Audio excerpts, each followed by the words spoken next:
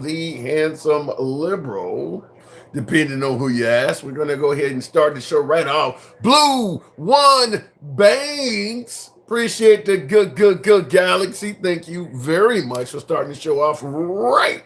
So, as you see, the graphic is titled "Are You Really Winning?" And I'll go ahead and clear that up for my TikTok folks. But are you really winning is what we're asking. Now, you probably know where the slogan comes from. Make no mistake about it. President Trump himself made it clear during the campaign that if you reelected him, you were going to literally get tired of winning.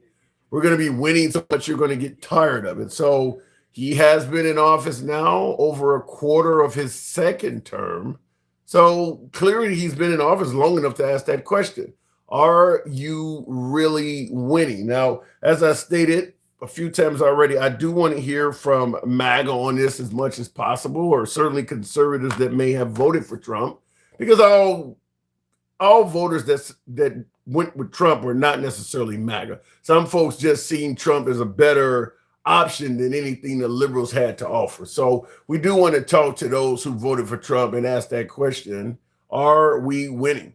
Are we winning? Because a lot of independents voted for Trump. I mean, you had African Americans voting for Trump. You had Hispanics voting for Trump. He did not do very badly at all in 2024. So I want to ask the question: are we winning? Now, there is some news that is broke today, and of course, we come with clips, and I do want to run these by you.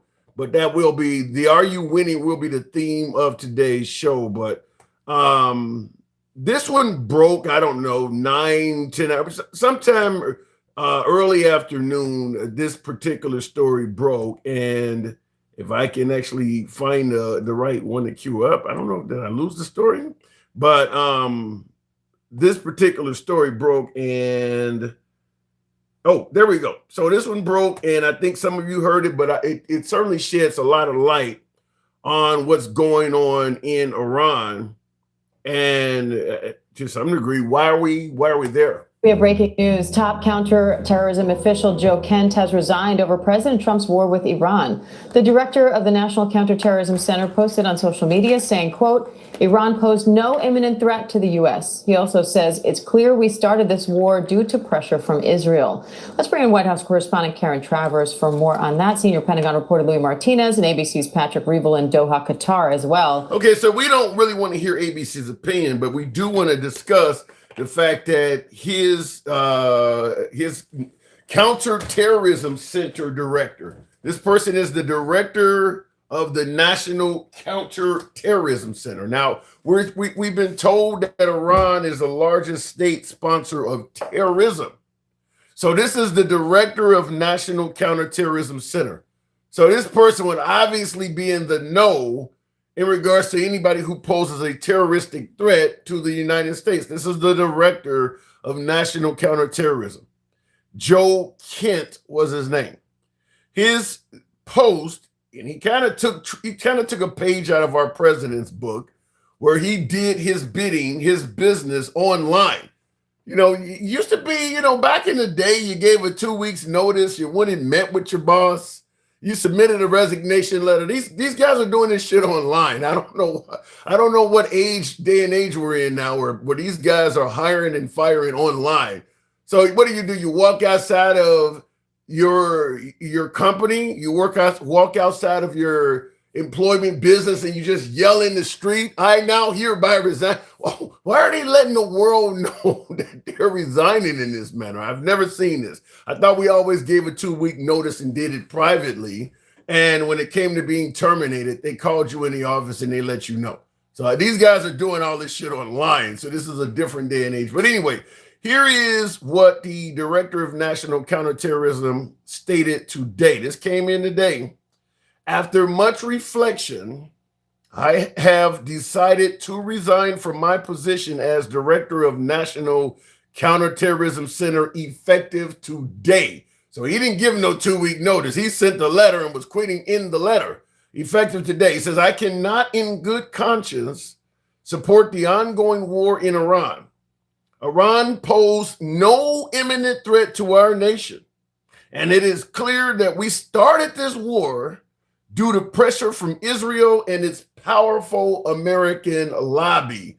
I'm hearing AIPAC. I'm hearing remnants of AIPAC in his statement that he's saying that it's clear that we started this war due to pressure from Israel and its powerful American lobby. That smells like it's got AIPAC written all over it. But anyway, he concludes by saying, it has been an honor serving under the President of the United States and DNIG, I don't know, DNIG. Oh, this is Tulsi Gabbard, Director of National Intelligence. He has an @ so it's an @DNI Gabbard. So that's the Director of National Intelligence. So he's saying it's been an honor serving under the President and Tulsi Gabbard and leading the professionals at the National Counterterrorism Center. May God bless America.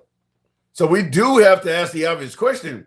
Do you think he's lying when he suggests that Iran posed no imminent threat to this nation? Because our president is saying the exact opposite. President Trump stated that had he not attacked Iraq, not only would they have developed a nuclear bomb, they would have used it by now. They would have. So where is he getting that information from if his own director of national counterterrorism is saying there's no threat? Where is he getting that information from? Do you smell Netanyahu in that? Do you smell what the Israelis are cooking, to quote The Rock? So we're going to talk about that. In addition to this top aide resigning, which is a very, very big story in my humble opinion. Maybe you guys can let me know why that's not a big opinion or a big story, but I think that's a huge, huge story that we're at war with a country that is supposed to be the largest state sponsor of terrorism, and your counterterrorism official is saying they weren't no threat to America at all. That looks really bad. But and by the way, before I go to the next story, we talked about this yesterday, but this now becomes more telling. This is Trump in 2008, but this now becomes more relevant with his counter-terrorism official resigning and saying that they were no threat to America. Nancy Pelosi, Speaker. Well, you know, when she first got in and was named Speaker, I met her, and I'm very impressed by her. I think she's a very impressive person. I like her a lot. But I was surprised that she didn't do more in terms of Bush and going after Bush. It just seemed like she was going to really look to impeach Bush and get him out of office, which personally I think would have been a wonderful thing. Impeaching him? Absolutely, for the war. For the war. Because of the conduct of the war. Well, he lied. He got us into the war with lies. And, I mean, look at the trouble Bill Clinton got into with something that was totally unimportant. And they tried to impeach him, which was nonsense. And yet Bush got us into this horrible war with lies, by lying, by saying they had weapons of mass destruction, by saying all sorts of things that turned. Now, what he said against George Bush is starting to really look reflective on him. We talked about this a lot yesterday, but now that his own counterterrorism guy is saying that we are also in a war under his administration now that is based on false premises, I mean, is he forecasting his own future here? Last but not least, in addition to asking, are we winning, and talking about that story, I do want you guys to hear one other thing. I thought this one is, kind of interesting. But President Trump, and once again, I don't know why my particular slides are all over the place, but I do want you to hear this. This came from President Trump, I believe, yesterday. This is in regards to Iran, but apparently President Trump has had conversations with former officials, and listen to what he's saying. For 47 years, no president was willing to do what I'm doing, and they should have done it a long time ago. It would have been a lot easier. There's no president that wanted to do it, and yet every president knew. I've spoken to a certain president, who I like, actually, a past president, former president. He said, I wish I did it. I wish I did, but they didn't do it. I'm doing it. Yeah. I can't tell you that. I don't want to embarrass him. It would be very bad for his career, even though he's got no career left. I just want to ask you about something very interesting that you've said twice today, that you talked to another former president about the Iran strikes. Was it George W. Bush? No. Was it Bill Clinton? I don't want to say. I don't want to say, because Barack Obama. a member of a party, they have Trump derangement syndrome, all, but it's somebody that happens to like me, and I like that person who's a smart person. But that person said, I wish I did it. Okay, but I don't want to get into who. Okay. I don't want to get him into trouble. Maybe Which president do you think he talked to that told him, I wish I had have invaded Iran like you guys are doing? Or do you think he talked to anybody at all? Which president you think he... Who said that? Further Great said he talked to number 45. So he talked to himself. That's actually funny. That's pretty good. But he's saying he talked to a former president and they told him, I wish I had done what you're doing in Iran. Now, listen, President Trump has 2.75 of years remaining in his term, and Iran could turn out to be the best thing since sliced bread. It could turn out to be very positive for the United States. However, right now, we're not there. Right now, it appears to be a mess. So it does lead one to ask, what president would tell you right now, considering the way Iran is going, man, I wish I had done that.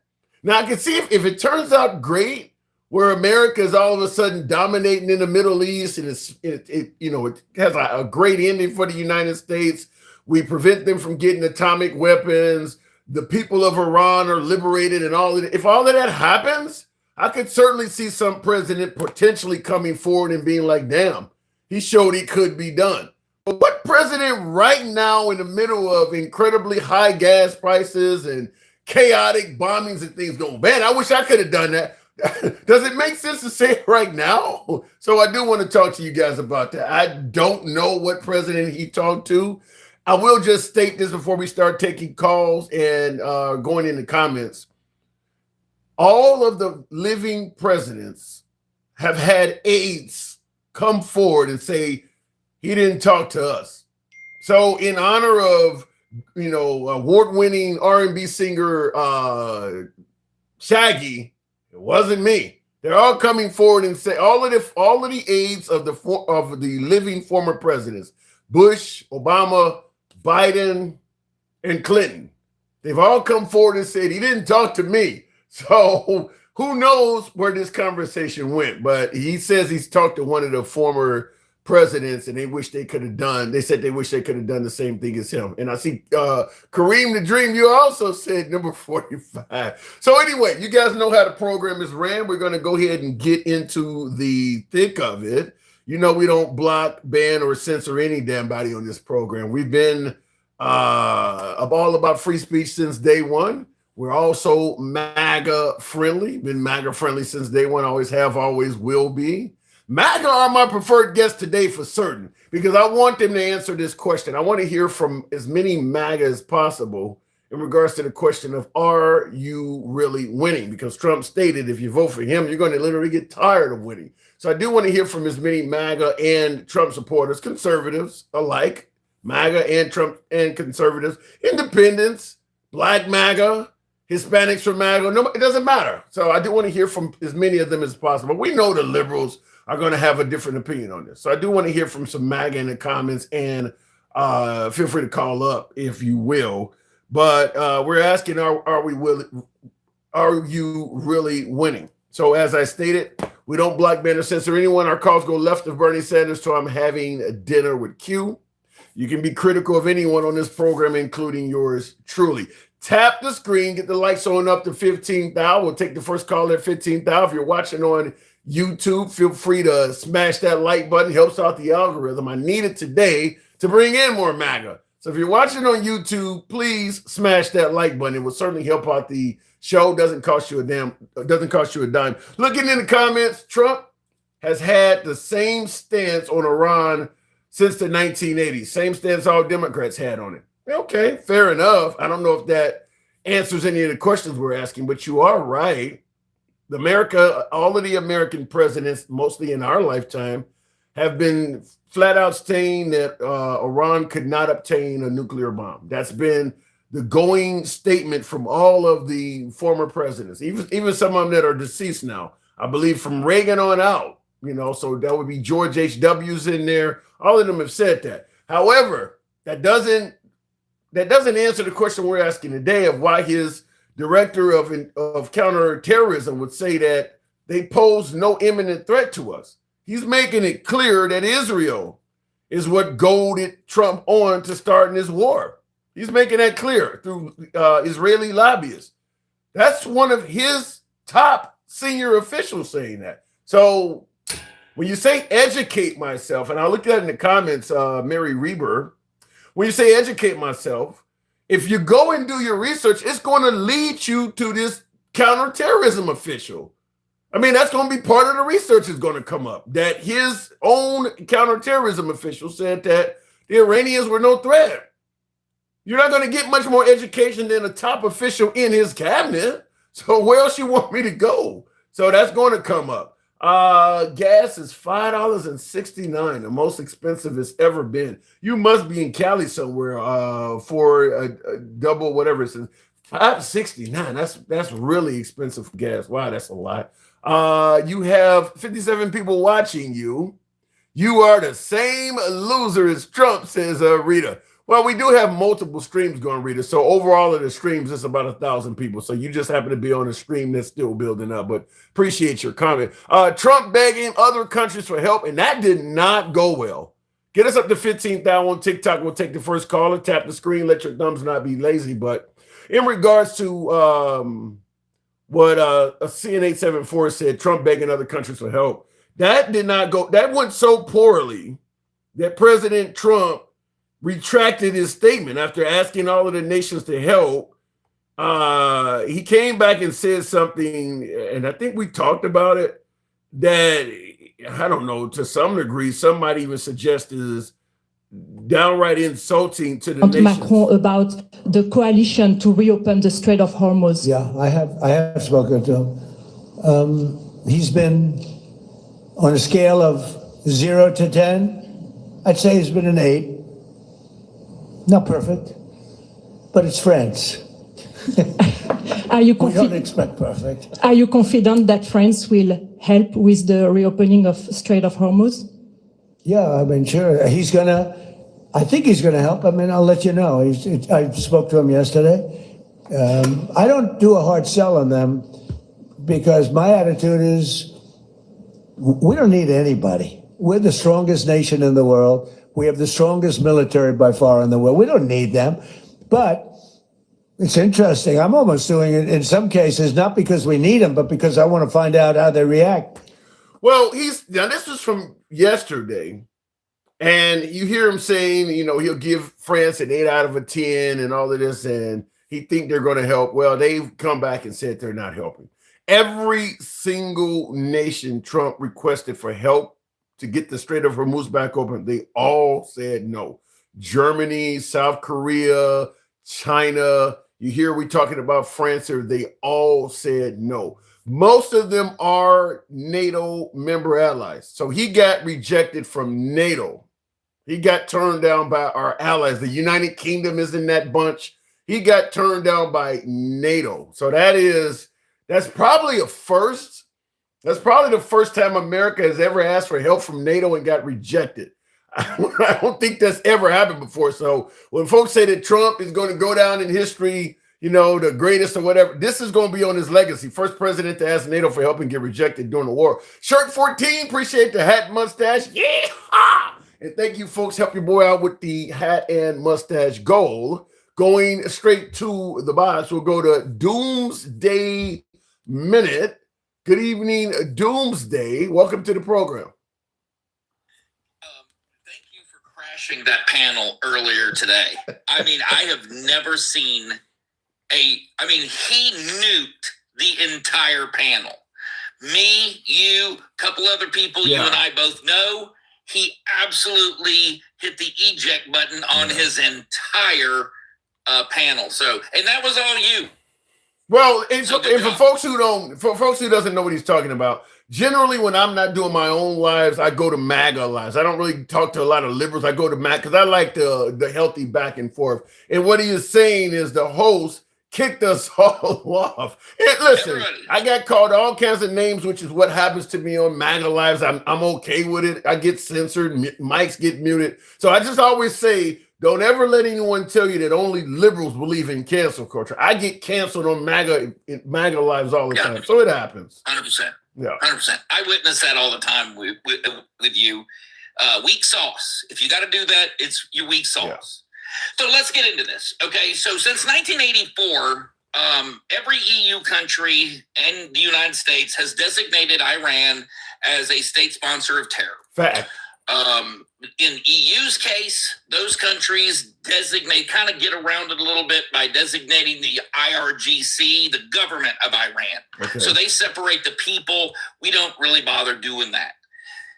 As far as Kent goes, look, he did exactly what he was supposed to do when you disagree with the president to the point that you can't work with him anymore. Why would he say that Israel goaded us? You think he's just making that up? No. I think that Israel did come to the United States and say, hey, look, because Israel's their target. They can't reach the United States. Israel's going to come to you like your child would and say, hey, my sister hit me. My sister, they know that they're going to receive the brunt of it if Iran ever did get a weapon of mass destruction like that. So if we were not in any danger, and this was all about Israel. Huh? He didn't say that. You keep saying that. Read again what he said. He said imminent. It's the opinion of him, his opinion, that it wasn't happening within hours or minutes. It's his job, to some degree, more than Israel, to tell us if we're in danger. Tim, that's why he spoke exactly. He did a very good job here. He said we were not in imminent. He disagreed with the president on the imminence of the danger. So this isn't so if you're not in imminent danger, if you take somebody out and the law determines you were not in imminent danger, then that's not an act of self-defense. You didn't need to do that then, right? No, I don't think so. I think a preemptive strike, we've done that many, many times. And we have every right to do a preeminent strike. Right. So then we have the ability to go. And now it's a moot point. They can't attack us. They can't attack their neighbors. They're attacking. They are pretty much they just killed 2 people in Israel a few hours ago. They still attacking their neighbors. They still doing it. Not to the level that they were before. I mean, look, do they have a couple wayward missiles that they can toss? Yes, that's going to be ended in the next week or so. So, but you agree then? What I've been saying since this broke out is that this was an optional war. This was not an act of necessity. It was optional. No, this was 100%. It's been a long time coming. I get that. They deserve this ass whooping a long time ago. But a long time coming, well deserved, whatever word you want, but it's not necessary right now. It was optional. We could have did it 2 weeks ago. We could have did it 2 weeks later. It was not. So you say we didn't do it fast enough for you? No, I'm saying that. No, I'm saying is the time we picked to do it, as he says, no imminent threat. It was done as an option. It was not done as a necessity to save American lives. The president recognized that it needed to be done, and he picked now, not later. Right. He picked now to do it. Right. It needed to be done. He picked now. So that's what I would tell. Right. So he exercised his option to do it now, as opposed to it's still optional though. You're still saying it's an optional event. Sure. Okay. I Yeah. I mean, it's either necessary or it's optional. Nope. It was 100% necessary to do. He just picked the time and the place. He picked when the window of opportunity presented itself. The weather was right. All of these things fell into place. This has been going on for 18 months. How is it necessary if you're admitting that only Israeli lives were in danger and ours were not? How was it necessary? Well, listen, I don't hate Jews. Israel, I'll go and fight for Israel. I've got a rifle and a rock. I'll pick up and go to Israel and fight for them. So for me, it was very necessary what our president did. But I do not say that Israel's not worth an ally worth fighting for. What about protecting Israeli lives when ours are not in any imminent danger is America first? Where's the America first in that? Because America protects its allies. So we put our We are allies allied first. with Israel. So in other words, it was Israelis first because we were not in danger. We stepped up. How was that not Israelis first? Tim, America's first doesn't mean America only. You guys keep trying to throw that back in the president's face. 100% is not. The man We is do a lot of things, Tim. We do a lot of things for our allies. like what? Okay. Like what? What are we doing for our allies? We run a massive trade deficit with Ireland. We found out today. Under Massive Trump. trade deficit. Under Trump, all I've heard is how we don't need NATO, we don't need.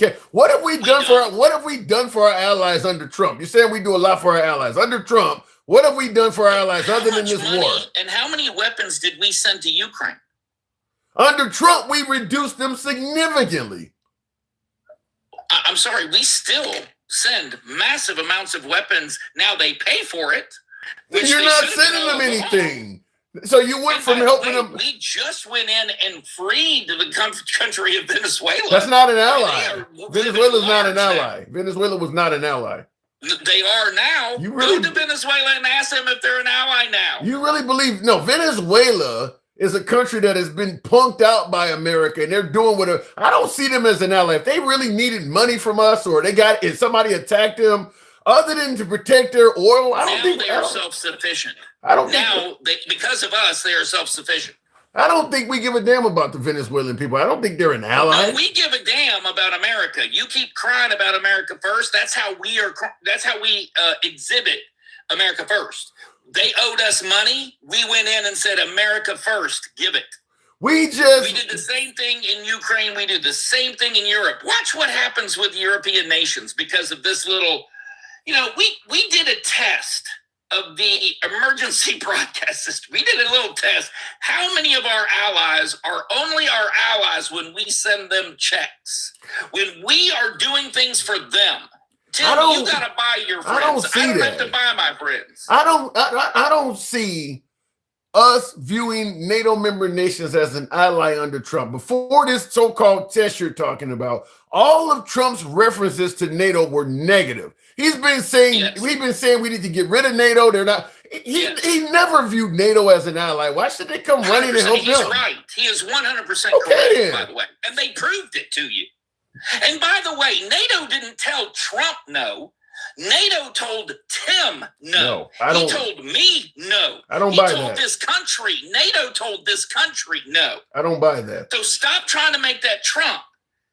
NATO is going to tell the entire country of the United States of America, who has been supporting them and protecting them for 60 years, thanks for all the good times, y'all, but because you elected President Trump. No, that's not what happened. I don't buy that. They are not going to support us. And by the way, they did it to your face. I don't buy what you're saying. I don't agree with what you're saying. Trump asked for help. Okay. Hold on, wait a minute. You're saying Trump asked for help. Wait a minute, hold on. You're saying Trump asked for help, but they could not answer him at all. The only way they could answer is by addressing us. They just totally ignored him. So they didn't tell him no. They didn't give him an answer at all. They gave it to us. By telling the president no, they told Tim no. I don't buy that. They told Wayne no. They told every American citizen, fuck you.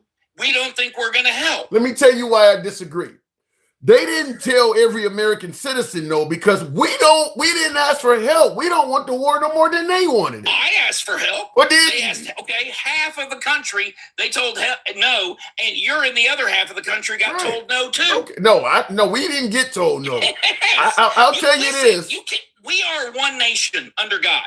So when you tell one of us no, you tell all of us. If you ask, you are part of the United States. I'll tell you this.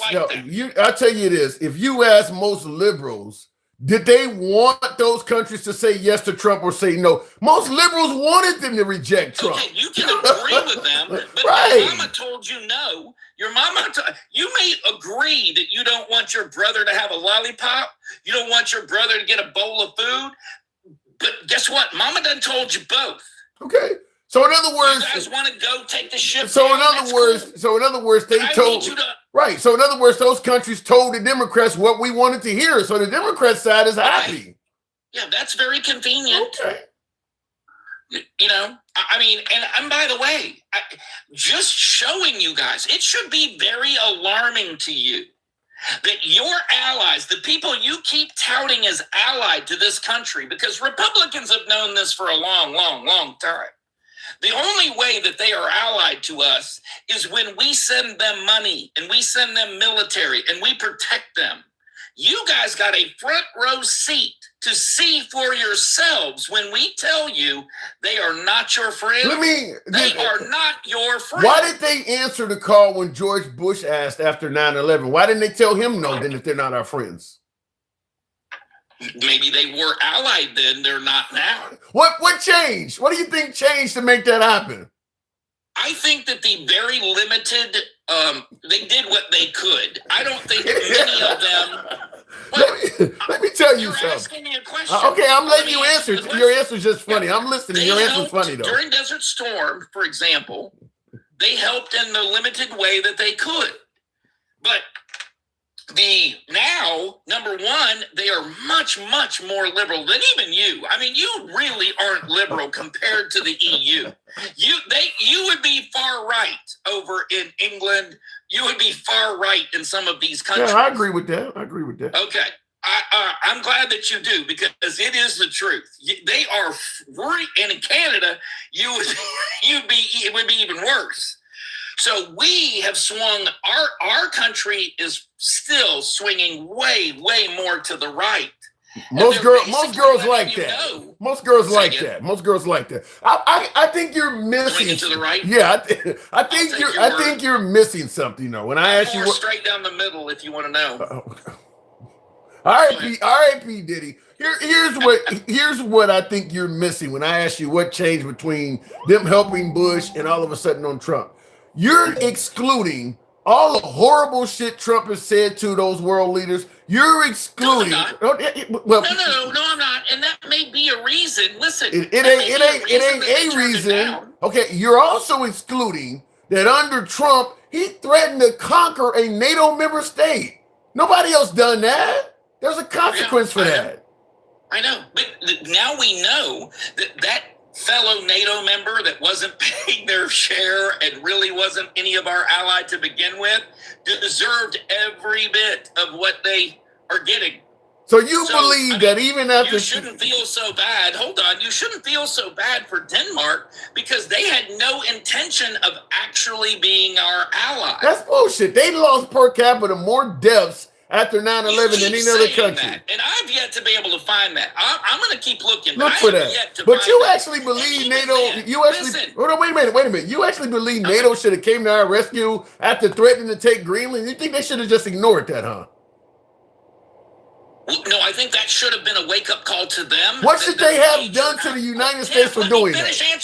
Let me finish answering you. No wonder you got the block. I want to know what should they have done to the United States for threatening to take a NATO member nation. What I'm trying to explain to you, they should have taken that as a wake-up call and realized, hey, our greatest ally, the most powerful nation on the planet, the superpower of superpowers, is annoyed with us. Maybe in order, out of self-preservation or in order to continue that relationship, we should listen more to who we call our friends, or stand on your 10 toes and say, we don't need you anymore. Sherbert wants to speak to you. You're absolutely being crazy. NATO doesn't pay us. We don't pay NATO. It's a standard of weaponry that we use so that everyone can use the same shit. They buy stuff from us every time we give away our weapons. Doomsday. Every single NATO country pledges 2% of their GDP. Actually, to build up their own forces, 5%. not to pay us, not to pay into the pool. You're talking crazy shit. Okay, sure. Listen, dude, here's how it works. You pay your money to Tim. You get to talk to me, okay?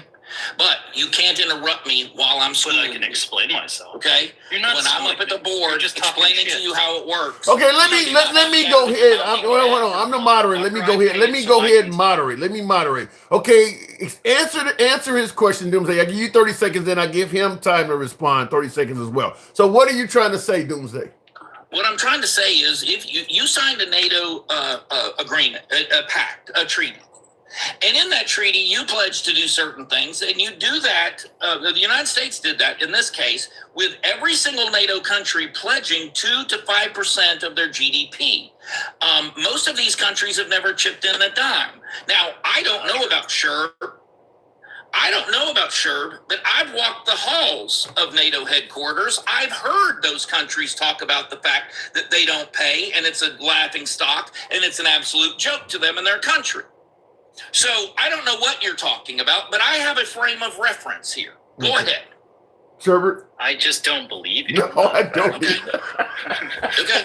And You talk both so are- much crazy shit. You are both welcome to that conclusion. Why would? But First of all, either way, I have never heard of any nation that don't contribute a dime. You said some nations don't contribute anything. I've never heard even Trump say that.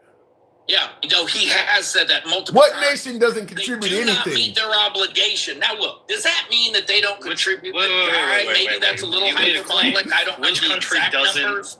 pay a dime? Because I have never heard that. I ain't never heard Try that and pay either. attention to this. Okay, if you guys want But to, either way, are you joining, both? I'm allowed to talk here, my friend. I paid to do this. Okay, You Sherbert, had you your take your fucking 30, then we'll go time. back to Don't you waste your Doomsday. money. Sherbert, go ahead, then we'll go Jesus back to Christ. Doomsday. So part of NATO is that you have to respond when a country is attacked. We were not attacked. So we went on the offensive, and Trump doesn't even know how to say the right thing of incursion instead of diversion. They don't have to respond to us. They literally have no obligation to do that. And Trump is acting crazy, just like you. That's why you think he's never lied. So, no, they don't have to come to our rescue, and they really shouldn't for something we chose to do with Israel. Doomsday? How do you respond to that, Doomsday? What he's saying is NATO was an attack I against. don't Hold on, let disagree me with what he's saying. let me They're frame under it. no Let me obligation. frame it, Doomsday. I'll give you time, but let me frame it. He's indicating the whole Three Musketeers, an attack against one is an attack against all. But this is a case of America deciding, no, we weren't attacked, as you're admitting, as the director of intelligence is admitting that it wasn't an imminent threat. So we exercise an optional war and attack them first. Are you saying that NATO should have to respond if we attack countries first? No, but and by the way, I agree with you both. That they have the option to ignore our request in this case. Okay. But it is very telling that they did that. It's very telling to me that they denied if they continued to deny our request, that they denied our request. They denied us in coming to our aid and to helping out with this. We don't need them, but it is very telling to me that they said, you know what, we're going to stay out of this. That's not something that an ally would do. Okay, now before Sherbert, One last thing. before Sherbert responds, I want to ask you. I'll let you. Hold on, I'll give you a little bit more time before Sherbert responds to you. I want to ask you, because you said that's not something an ally would do. Do you realize that we bombed them and we didn't even tell our allied nations to get their people out of those areas? They were scrambling to fly out of the war zone. We didn't tell any of those European nations we were about to bomb and to get your people out of there. Is that something an ally would do? Yes, an ally that is concerned about security, and an ally that is concerned about their potential allies or their people that are not allies actually leaking and making this harder for us. 100%, we would do that. Okay, Sherbert. I have no response for that, but Sherbert, go ahead. There is no response to this. I have one more thing, one major topic. We disagree. I keep hearing you talk Shocker. about. Absolute shocker. We disagree. Yeah. Can I say what I was going to say? Certainly. Go ahead, Sherbert. You talk about the regime change in Venezuela and now in Iraq. When in Venezuela, all we did was put the vice president in power, the exact people, the person that was running underneath. That's like saying we change completely if J.D. Vance gets into power, which is not true. And so we've just made the son the supreme leader after taking out all of his family and friends and leaders. they can still do mass damage. We haven't really changed anything. The same way when we had that massive strike a year ago, and they only took out part of a structure and they rebuilt it in 2 months. Where's the winning coming into this? Sherbert, can I ask you a question? I answer my question. Well, I'm going to answer it this way. Okay. We spent 18 months talking to the number 2 in Venezuela. She gave us his coordinates at all times for over 18 months. The woman that we left in charge, gave him to us. How do you think we knew where he was when he was there? For 18 months, that plan was in place. And that is why she earned her place, the number 2 going, and we did no disruption to their I've never government. heard that before. We changed. Oh, This is the first I've ever heard of this. Yeah, I've never heard that Because you either. don't listen. I do You don't listen quite a bit. You Okay. have no idea. So Hey don't Tim, say that. I will have on my podcast, the next time I go live, I will have the entire plan and I'll lay it out for you. And I will have clips of every single person in the State Department talking about the fact that this was an 18-month mission and that he went to Cuba. Maduro was in Cuba for cancer treatments. So I don't know where you're not getting your news, but that's the plan. That's what happened.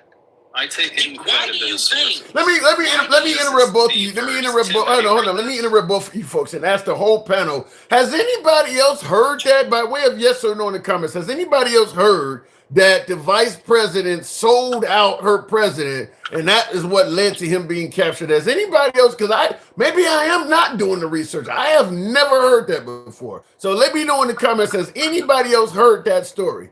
Because that's news to me. It doesn't look like I'm the only one that hasn't heard it, but Yeah, that does not shock me at all. That are agreeing with you. 100% does not shock me that you're. I mean, listen. Very well. One of your top contributors is Gangster Grandma. Do you think that she is going to? I mean, what really? Come on. And Mo Betta and Stick Darula, and I mean, you have a cast of characters here, Tim. That doesn't shock me that they're not on the tip of the spear when it comes to our nation's thing. all right, Sherbert, we're going to wrap it up. Sherbert, go ahead. I'm give getting a Sherbert work emergency right now. When the only source it feels like you're getting this from is True Social, and the majority of people have no idea what you're talking about, you might be in the wrong. Listen, I think that's listen funny. to the You can president of the talk United shit States, about sure. the people. Hey, I'm still talking here, man. Okay, I hear you. I I'm have just to go. Let Sherbert wrap it up. I'll give you the last word, straight talk. But And your only Sherbert, friend here is Gen X. That's really sad that the craziest people on here are your only supporters. You come on every single time and people want to scream and yell at you and you run away from Michael. you know, he hangs in there. He hangs in there. I want more MAGA on the program. So don't bash MAGA. We love MAGA. Don't bash MAGA. For hours. For hours I had you on for 114 minutes. I mean, an hour and I gotta 14 go. minutes the All other. right, Sherbert. Sherbert, Tim. appreciate you coming through. You're always welcome back. Thank you, Sherbert. Wrap it. I'll give you the last word, straight talk. Hey, listen, like I said, this was an exercise in finding out who our allies were. That was very enlightening for us to know and to realize that. I think that things you asked, are we really winning? Hell yes, we are absolutely winning. The flow of people coming into the country alone was win enough for me. And he just adds and adds and adds. Every single day, this president adds more wins to the column. He is Give me 5 of his biggest wins. Give me 5 of his biggest wins before I let you go. Just off the top of my head, goddamn. I mean, number one, Cuba is about ready to collapse in front of our eyes. That blockade has worked a treat. Those people are so ready for their regime to change, and I never thought I would see that in my entire lifetime. Then you have Venezuela. Venezuela owed this country and the companies in this country billions and billions of dollars. The United States is now the world's largest oil producer. Let's see, that's 2. Our relationship with Canada is exactly where it needs to be. You have 6 provinces right now discussing whether or not to secede from Canada. I mean, Give me number 4. That's hilarious. Give me 4. Give me the fourth what one. do you mean Hey, hilarious? Canada's not going to become part of the EU. You found a few right-wing No, I idiots in said that they're Canada. going to secede. I don't know what their plans are. We There have is to accept no them. chance of that happening. Give me number 4. Well, you and I will both watch in amazement as this happens, but I would That's not suggest even you look gonna at come the up for a Alberta vote. separatists. That's not even I going to would come up suggest- for a vote. I would Give me number 4. suggest We're it's not going to already get Canada. being Give me voted number on. 4. Get off of Canada's a waste of Number time. 4, the tariffs. We are making more money in this country than, I never thought that somebody would be bold enough to do what he's done. He reset global trade in our favor. You want America first? This president gave you America first, shoved it down your throat. You give this guy 18 months from now, your oil prices, your gallon of gas will be 75 cents a gallon, while the rest of the world will be twice what they were paying. Wow. Number 5. Last one. Number 5 is, you know what? This country is more united. No, it's not united. It's not united. No, but this country, once we reestablish the global order and figure out exactly where everyone's place in it is, the investment that comes into the United States, you guys will get out of the welfare lines and into the employment, into a job and start creating things again. You will get your patriotism back. I promise you. Right. You will feel a sense of patriotism for a country that absolutely loves you. Wow. All right, Doomsday. Always a pleasure talking to you. You absolutely lived up to your name with that 5. I got to move it on, but you're always welcome back. Doomsday, thanks for coming through. Come and see me, man. Come and see me. Absolutely a pleasure. I will certainly do that. Moving on, tap the screen, get the lights on up to 30 foul. We'll take the next caller there. And laugh my ass off the U.S. North Korea Russian alliance. What do you mean by that? This guy believes in the white hero, says freedom fighter. Damn. Trump told Oprah 25 years ago that what he would do if he was president. There's a lot of interesting quotes from Trump back in the day. Lewis, appreciate you helping your boy out with the TikTok cap. Folks, help your boy out and certainly support the program. TikTok cap, hat, and mustache. Looking in the comments, liberal allowed him to spread misinformation. We don't block, ban, or censor. A lot of folks suggest that the liberals are spreading misinformation. That's how zero censorship works. People get to speak. You get to question or condemn their information. But I do believe in letting folks speak uncensored. So that's what we do here. Thank you for the hat and mustache. Whoever just sent that, I'm not able to see your name, but thank you. I think that was Lewis. Again, appreciate that. So Trump is this caller's mama. Shaking my head. So, Joey, if you said my last caller, his mama was Trump. Wow. Trump said that he didn't need NATO, and now he turned taco, and now he's asking for help. Well, he went back, and now he said he doesn't need NATO. My last caller has some really interesting points, though. Once we figure out who has the world order, I mean, to me, this sounds like world's police on steroids. So now we're not just playing the world's police. We're going to dictate who can lead and who's in charge. I mean, this I don't favor it. I do not favor it. He does, and based on that, Trump is winning. And he's not the only one. A lot of folks favor America being on top and dictating how other countries should live and behave. He's not the only one. But going back to the box, Tim, if I wasn't smoking, I would have definitely came up because you say cut talk, straight talk was off the hook. Straight talk has strong opinions. He has some very strong opinions, a little bit different than what I am personally used to. But at the end of the day, we like to let the man speak. Let's go on to Chris. Good evening, Chris. Welcome to the program. I do want to get plenty mag up here because I want to hear folks who would suggest we are currently winning. Chris, good evening. Chris, are you there? Okay, apparently Chris is not there. We'll continue and move on with the show. I don't know what that says. Kay Aduda, whatever that says. We'll bring him up. Good evening, Kay. Tim, anyone can be stopped. True, including us. And I think that's become one of the problems is I think that there are people in this country that believe we are so high militarily that we just can't be stopped. And all of this drones and guerrilla tactics, I don't think folks think about that. Kate, good evening. Good evening, Tim. I am European, and I do come to your lives, and I thought I would contribute from a European standpoint. Which from what country? we're seeing. Which country in Europe are you in? I'm in the UK. I'm in England. Oh, okay, United Kingdom. All right, so you're not sending us ships. What the hell's going on? Trump asked for help and you didn't send them. What say you? Well, I'm not a big fan of our prime minister. I do not think our prime minister have any backbone. Oh. So do He you has believe do you believe the prime minister should have answered Trump's request and sent ships? No. No. Okay. Why not? The sentiment in the UK is that we have been misled by America to war in Iraq and Afghanistan in the years before. And so therefore people here do not agree that we should even partake at all. I mean, we were told that one of our bases in Cyprus was under attack, and a drone went there and nothing actually happened.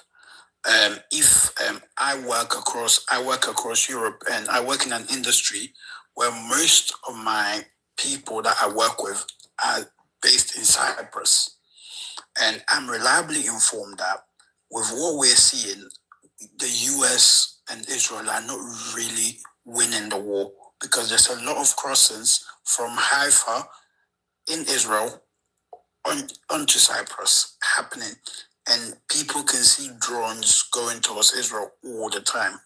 So we are not winning, and the Gulf states are not also happy with America either. Wait, you said that who is not happy with America either? The Gulf states, the GCC. Oh. They're not happy with America either.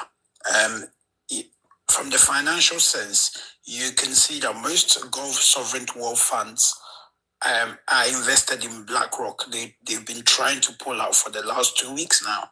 So the US is also set to even lose some investments from that side of the world, because they don't want that. If you go to places like the UAE, they built that country on terrorism. Yeah. Wow. They built that country on tourism, not terrorism. They built that country on tourism. Yeah, I know. I know you're saying terrorism, not tourism. Yeah. They built that country on tourism, not terrorism. Sorry, and they do not want that. So let me ask you a very simple question: do you still see America and the UK as allies? Yes and no. Right? Countries like the UK, they are stuck in a rock and a hard place. In the sense that they have always seen America as allies, right? But now US have a president who wouldn't hold back attacking their allies. So I think it's more the British people are just biding their time. The British government is just biding their time, and eventually, when Trump is out of office, whoever comes in, they'll work with him. So yeah, Trump is not an ally, but the US is not an ally. Yeah, and I actually feel that, because that's what my last caller, I was thinking the same thing, because he was saying that you guys, none of the countries in NATO answered Trump's request for help, and I brought up that they did answer Bush after September 11th. Yeah. And I think that that's the case too, is that a lot of you folks on that side of the planet are trying to ride out Trump in hopes that we get a more reasonable, workable leader after him.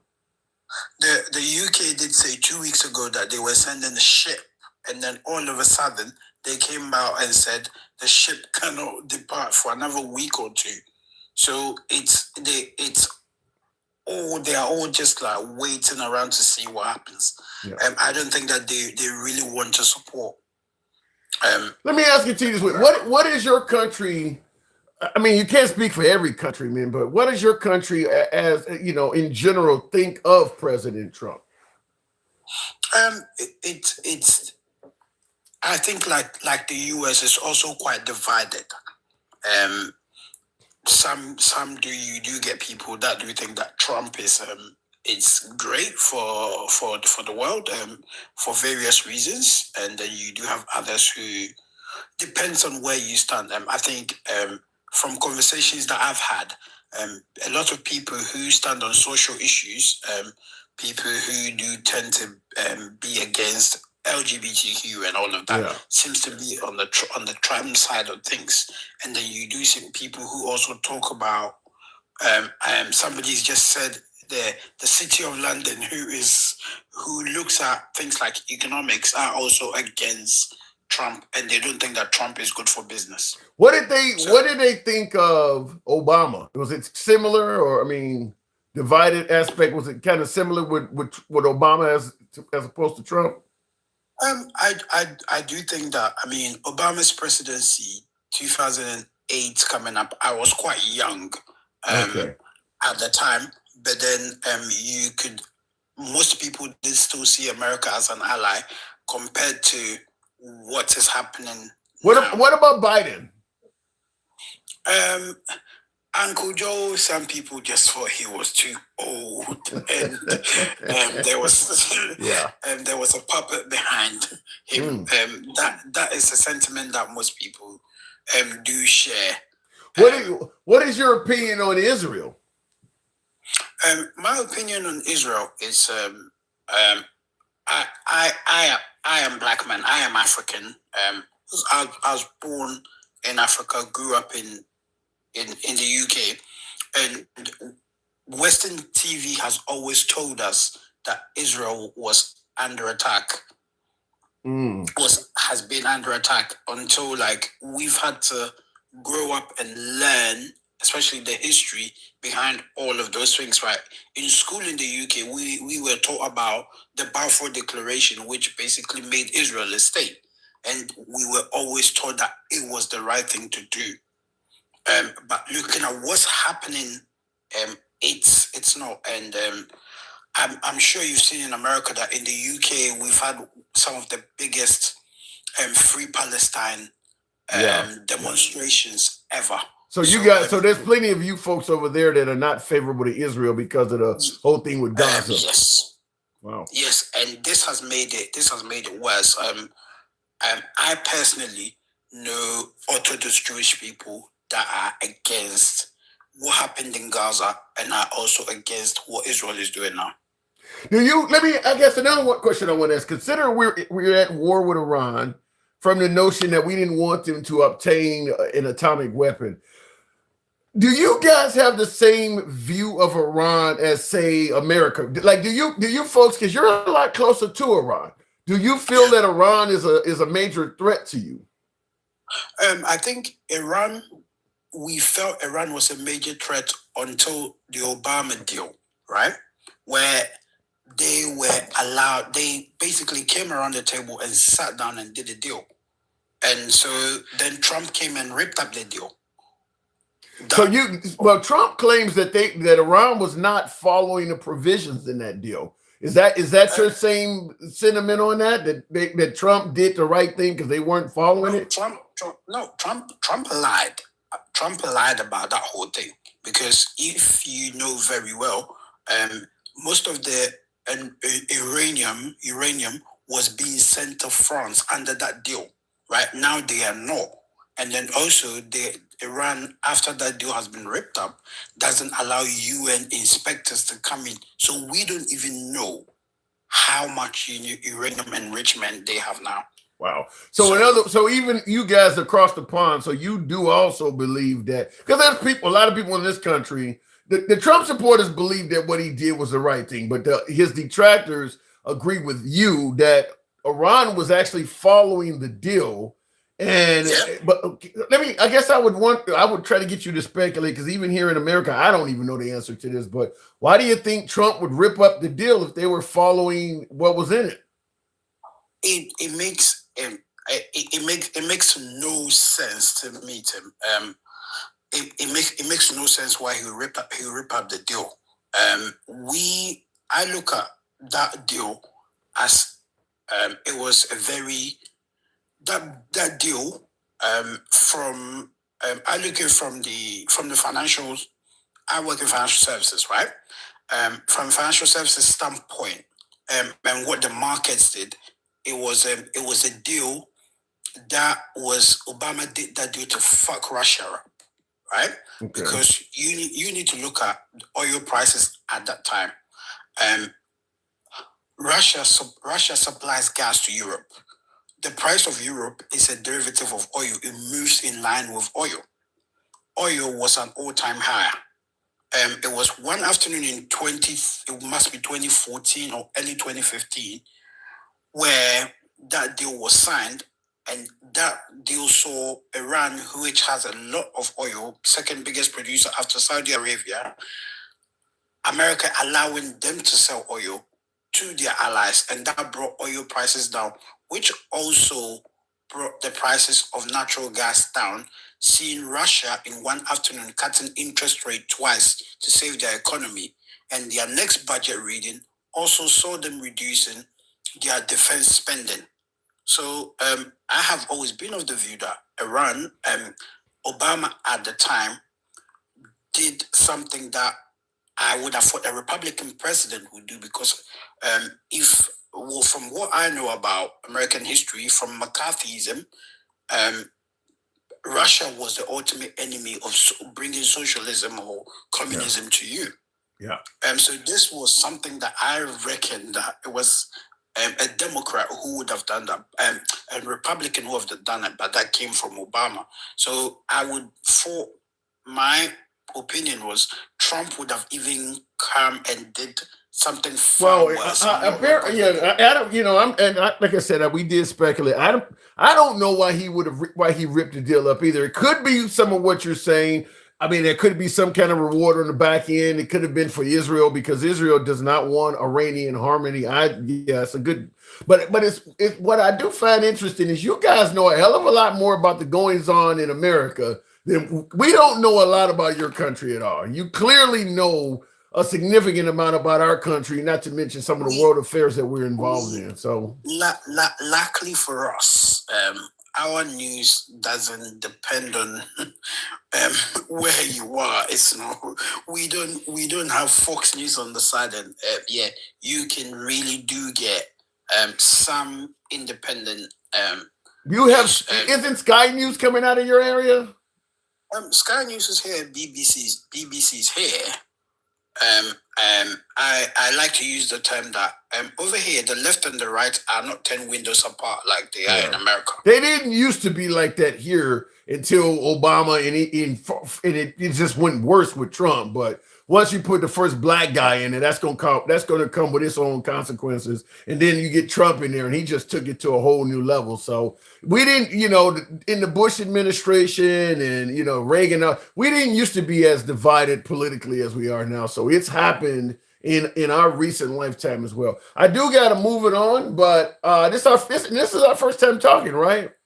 Yeah, this is I've been here a couple of times, but I've never requested to speak. Bro, feel free to do so anytime. You are an interesting caller. I like to commend you on what you're doing. I do like that you give everybody an opinion to speak, everybody a chance to speak, whether you agree with it or not, and continue with the good work. And thank you very much for having me. Thank you for coming on. You were a very interesting caller. Don't be a stranger. Anytime you see you want to come on, we'll certainly bring you up. Thanks for coming through, Kay. Thank you, Tim. Appreciate it. So tap the screen, folks. Get the likes on up to 35,000. I like getting the international calls. I do like getting the international calls, get it from a different perspective. Certainly coming out of some of our allied nations, like the United Kingdom where he's at. I absolutely love getting those type of calls. Tap the screen, get us up to 35,000. As he rightfully stated, we don't block, ban, or censor anybody. This is uncensored programming.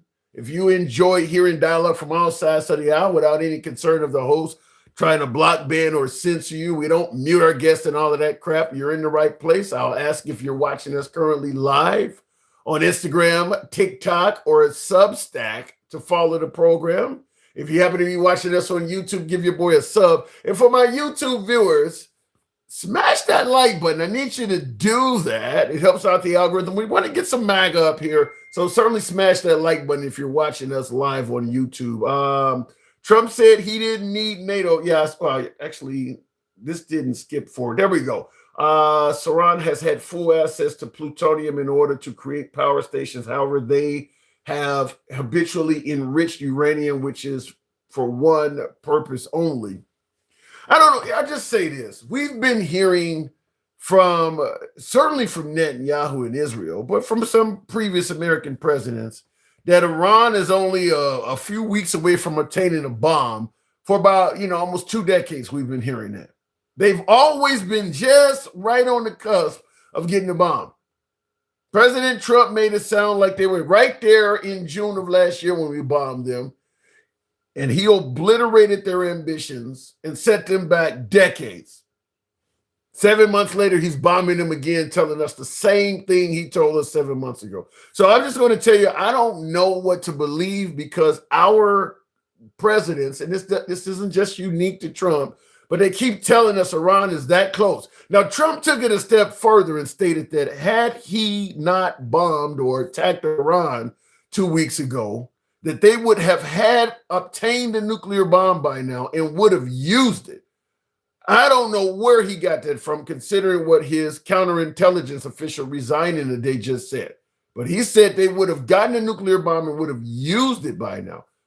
No clue where that's coming from. So anyway, tap the screen. If somebody's spamming, we'll have to take them down. Somebody said somebody was spamming. I don't see it yet. Israel told him, says Marquise, all right, always damn Republican presidents lying. Well, why USA never checked North Korea about their testing? Because they already have the bomb and there's nothing you can do about it. Look, at the end of the day, preventing a country from getting nuclear weapons is all about having the ability to bully them. I mean, what do they always say? If the government goes rogue, if the government becomes tyrannical, they want to disarm the citizens. On the world stage, America is somewhat tyrannical. I mean, you hear what Trump is talking about. He's going to tear down Cuba. You hear what he talked about in Venezuela. You see what we did in Vietnam. We wanted to stop the spread of communism. We're literally telling players on the world stage what they can do and what type of government they can have. On the world stage, America behaves in a tyrannical fashion. We're telling people what they can and can't do, who they can and can't sell to. We stopped Venezuela from selling oil to Cuba. We just told them you can't do business with them anymore. That's a tyrannical mindset. But like I just stated, the only way you're going to be able to do that is to make sure the people you're doing it to are disarmed. That's why we don't want these countries to have access to nuclear weapons, because once they get nuclear weapons, we can't do that to them. Anyway, going back to the box, are we at 40,000? We'll go straight to Chris. Good evening, Chris. Welcome to the program. Look at the biggest president that portrayed me was wait a minute. Look, the biggest president that portrayed me was Obama. I fell head over heels with what he said, and he did nothing that he said he was going to do. Well, if you feel that Obama, in the comments there, can't see what the name is, quadruple one or whatever it says. If you feel that Obama did not meet his promises, Joe, he's gone. We have Trump now. Do you feel like Trump is actually doing the opposite and Trump is meeting his campaign promises where Obama failed them? Let me know in the comments. Going back to the box, and I don't know what we just did here. Oops. Okay. We'll go straight to, I think that's a symbol. Good evening, symbol. Welcome to the program. My brother Jimmy, you need to realize, and maybe you already do that, it's two wings of the same bird. Fuck you to the American people. Yikes. I'm having trouble bringing up guests, so I don't know what's going on with the app here. I'm trying to bring up guests, and it's not doing so. We'll try with King Finn. Let's see if that works. Something's going on with TikTok. Always talking about Obama. He was a great president. You were just asleep, says Dad's dad. King, good evening. Yes. I won't even play my intro for too long today. I'll just let you hear a bit of the music. Music of joyous saints in the places where they should be. Thank you. Thank you. Unlike your king sitting in Mar-a-Lago, I actually have music Your king sitting in Mar-a-Lago is a sorry little bitch. What are He you was trying told, to? You he was told, he told the kingdom he did not need help.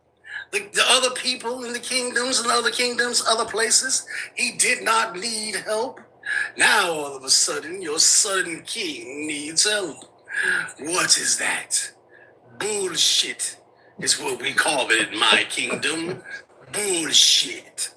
So yeah, why your boy talking about now we need help? Wait, didn't the CIA counterterrorism chair quit today? Yeah.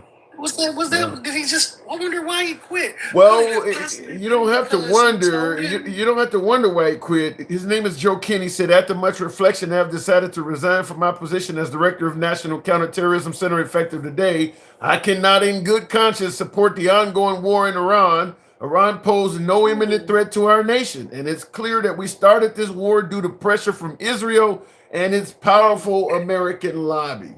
That's why he quit. Damn it, man. Now I wonder how does that play out in Trump's world? I wonder how does that play out? Well, Trump said is Trump. Trump is saying that what he said is not true. So It's not true. Is it the same thing we did with the WMDs? I got a movie coming out. It's called BB's Games too. Well, and real quick before we continue, I see for folks who are talking about the spamming, it is being dealt with. So I do see it. Look, we can't control the spammers that like to do stuff like that. Normally, we give spammers a head up that we don't like to block, ban, and censor folks. But when it like the whole dick thing, we just from now on those people just get blocked. So we are dealing with that. But I do see them happening. I actually do see what you're talking about. But go ahead, King. Yeah, man. Some people don't get cheeks, man. That's how it hurts, man. They don't get cheeks, so they got to put it in here. And then they probably, look how small it is. Like they can't get past the cheeks if they get some. So in conjunction, getting back to the topic of the show, are we winning yet? Are we really winning? No, we're not winning. What are we winning? A first class pass to third world nation? Because that's where we're heading. Look at the circle of life real quick, right? Right now, we just went and took Maduro out of Venezuela and had they shit flip side up, right side down, right? Then we went to Cuba and said, you know what? We're going to fuck with y'all shit too. Flip their world upside down, right? And then we went to Iran and he said, you know what? We finna flip y'all shit up right down, but Iran flipped that switch back on us and said, guess what? Y'all not the biggest dogs no more. Are we? Are we losing? You make it sound like we're actually losing. Hell yeah, we're losing, dude. I will give it. I think earlier today I heard an economist say it's going to be under a month where we will run out and the world stage, as far as it would be, we will be hurting in our own economy. So because if the U.S. dollar is supposed to be, we struck that deal with OPEC so that they would trade oil on the U.S. dollar. If nobody does that anymore, what happens to the U.S. dollar? It would be in trouble. But Michael Paris in the comments says we are not losing. Why are you saying we are losing to Iran right now? Well, we don't got no help. The Strait of Hormuz is closed. Everybody else is getting their oil. Our president is on the line calling everybody else's nation head and president asking for help. And everybody's telling him to pound sand. That's why we have a regime of people who have a steadfast constitution against bowing or kowtowing to a bitch who should not have started this shit in the first place. Trump is a fucking idiot. Come on now. You don't rise to the level of commander-in-chief for the most powerful nation on earth by being an idiot. You're right. You don't. Not around a whole bunch of people bowing and kowtowing to your ignorant ass. I mean, listen. He is. I get that he's narcissistic to some degree. All presidents are narcissistic, but I wouldn't call any president an idiot. You don't get to that level by being an idiot. Yeah, you do. Yeah, you do. You really think this guy who was a millionaire many times over before becoming president, you think he's an idiot? He actually got elected twice. You can keep trying, but me and you both know that Cheeto dust is real thick on your shirt. And I don't give a damn how many times You say he was a millionaire. He ain't no millionaire without the 4 years of presidency before, and him making all these backroom deals and fucked up shit that he doing right now. He would not be a millionaire, Tim. That's crazy. Let me tell you why I vehemently disagree with you. I would tell you just having a hit show on NBC, The Apprentice. No. Hold on, being the star of a hit primetime show alone for several years, that alone can make you a millionaire. That ain't got nothing to do with his businesses and them. That just being the star of a primetime show, that alone can make you a millionaire. Yeah, it can. You're right. It can. But not being able to practice business in New York could definitely plow your fucking savings. Having to pay back money that you stole before could definitely take away that. Running from your bill collectors and not paying your fucking contractors can make you broke. Can they not? You really think you really think President Trump was not a millionaire before becoming president? You believe that? It don't matter what he was before. See, this is the point. You're doing just like people do with album sales. Everybody talking about, oh yeah, the best MC is the one who sold the most. No, it's not.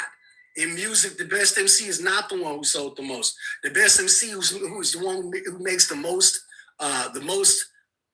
records sound the best, right? He makes the most records. It's like Jordan. How many times did Jordan become all-time star? A whole bunch of times, 6 times, right? He got 6 rings, right? Okay. Oh, you mean a champion, yes, 6 times. A champion, exactly, a champion, right. But does that take away from his scoring records? Because aren't those different? They're different. But I've never seen someone have their own personal aircraft that is the size of an airline and put his name on the side and not be a millionaire. Never seen somebody reach that level. And he had that before becoming president. If I started out, my dad gave me $1 million, my first $1 million, and I started out putting money into the stock exchange and cheating everybody on the way up, I'd be a millionaire too. I think that Trump certainly was born with a silver spoon in his mouth, but I think you're not giving him credit. I think you're downplaying his own personal achievements.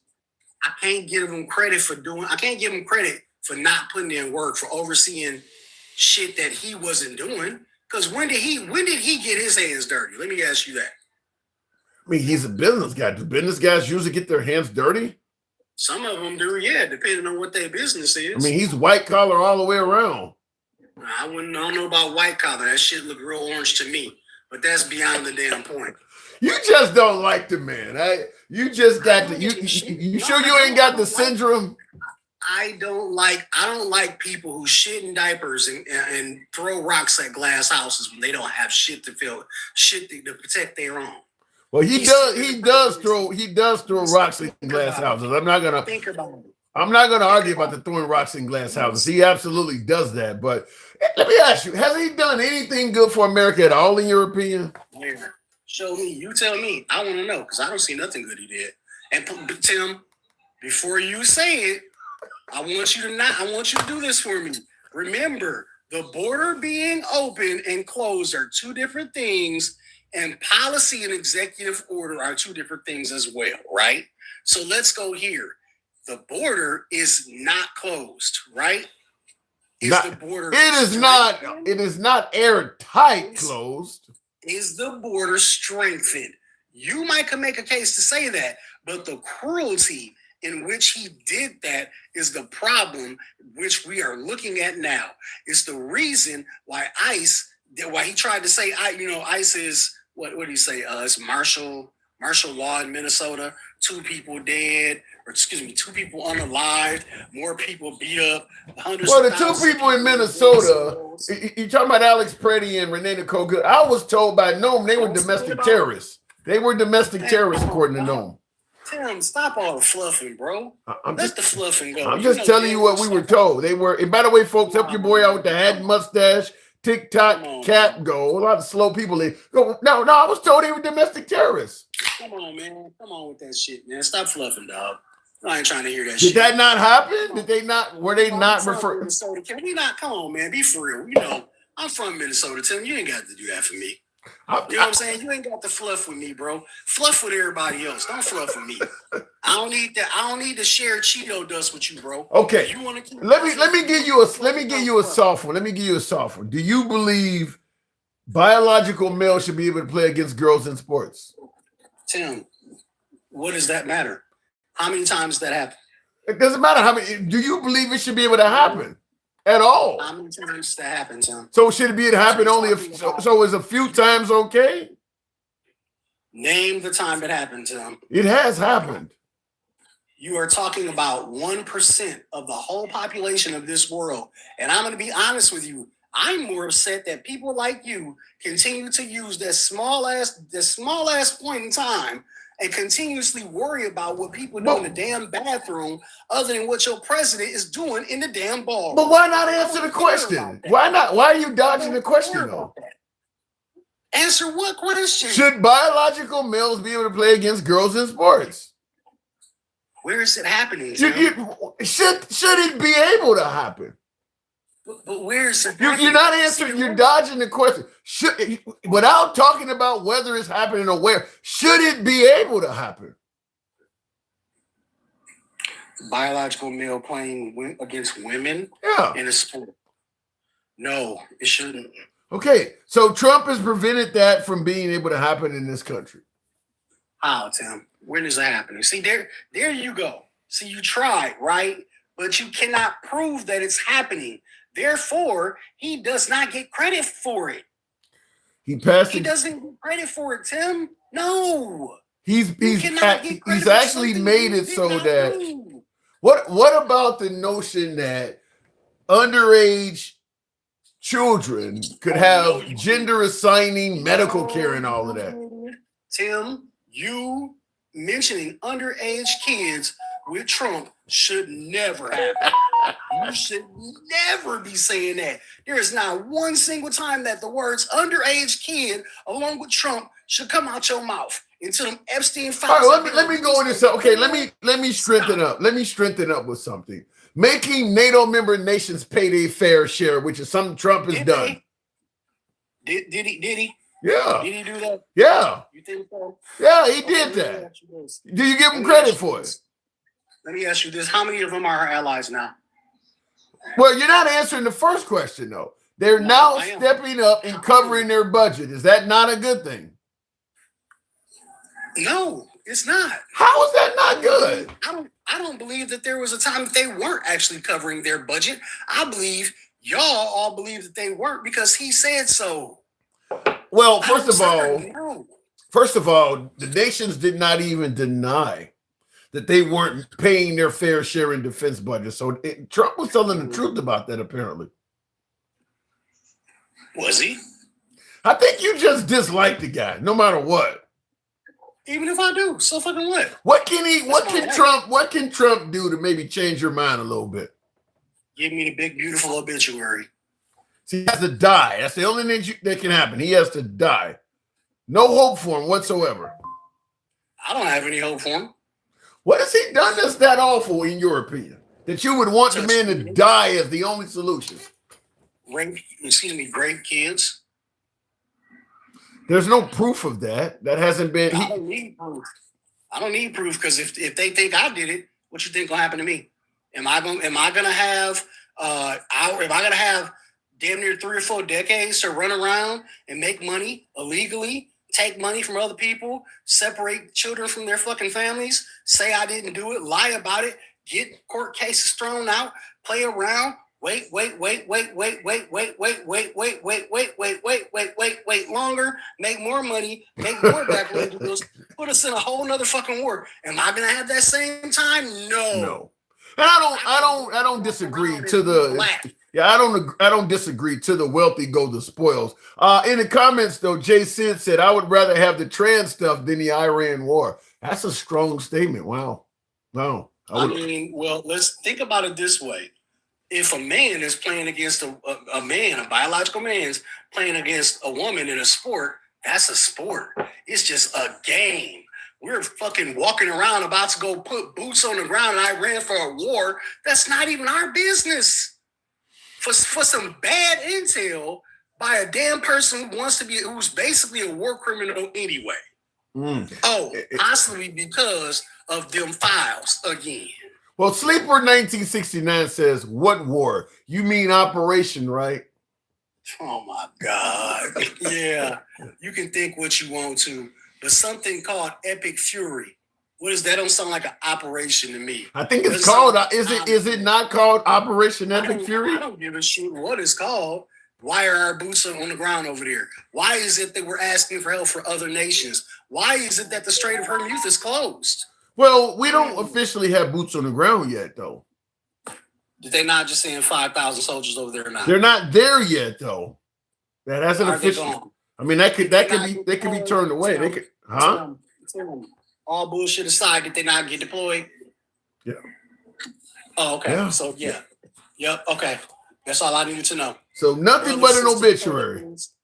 Brothers, sisters, cousins, sons, daughters, dads, moms, uncles, all going over fucking seas for a war. Oh, and did you know that they're starting to reject their deployment?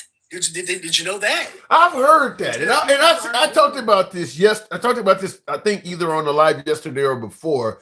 Is that because if you don't listen, if you do not answer the call, if you're in the military during a war, it's treason, and that can be punishable by death. However, this is for my beloved MAGA folks that keep saying this is not a war.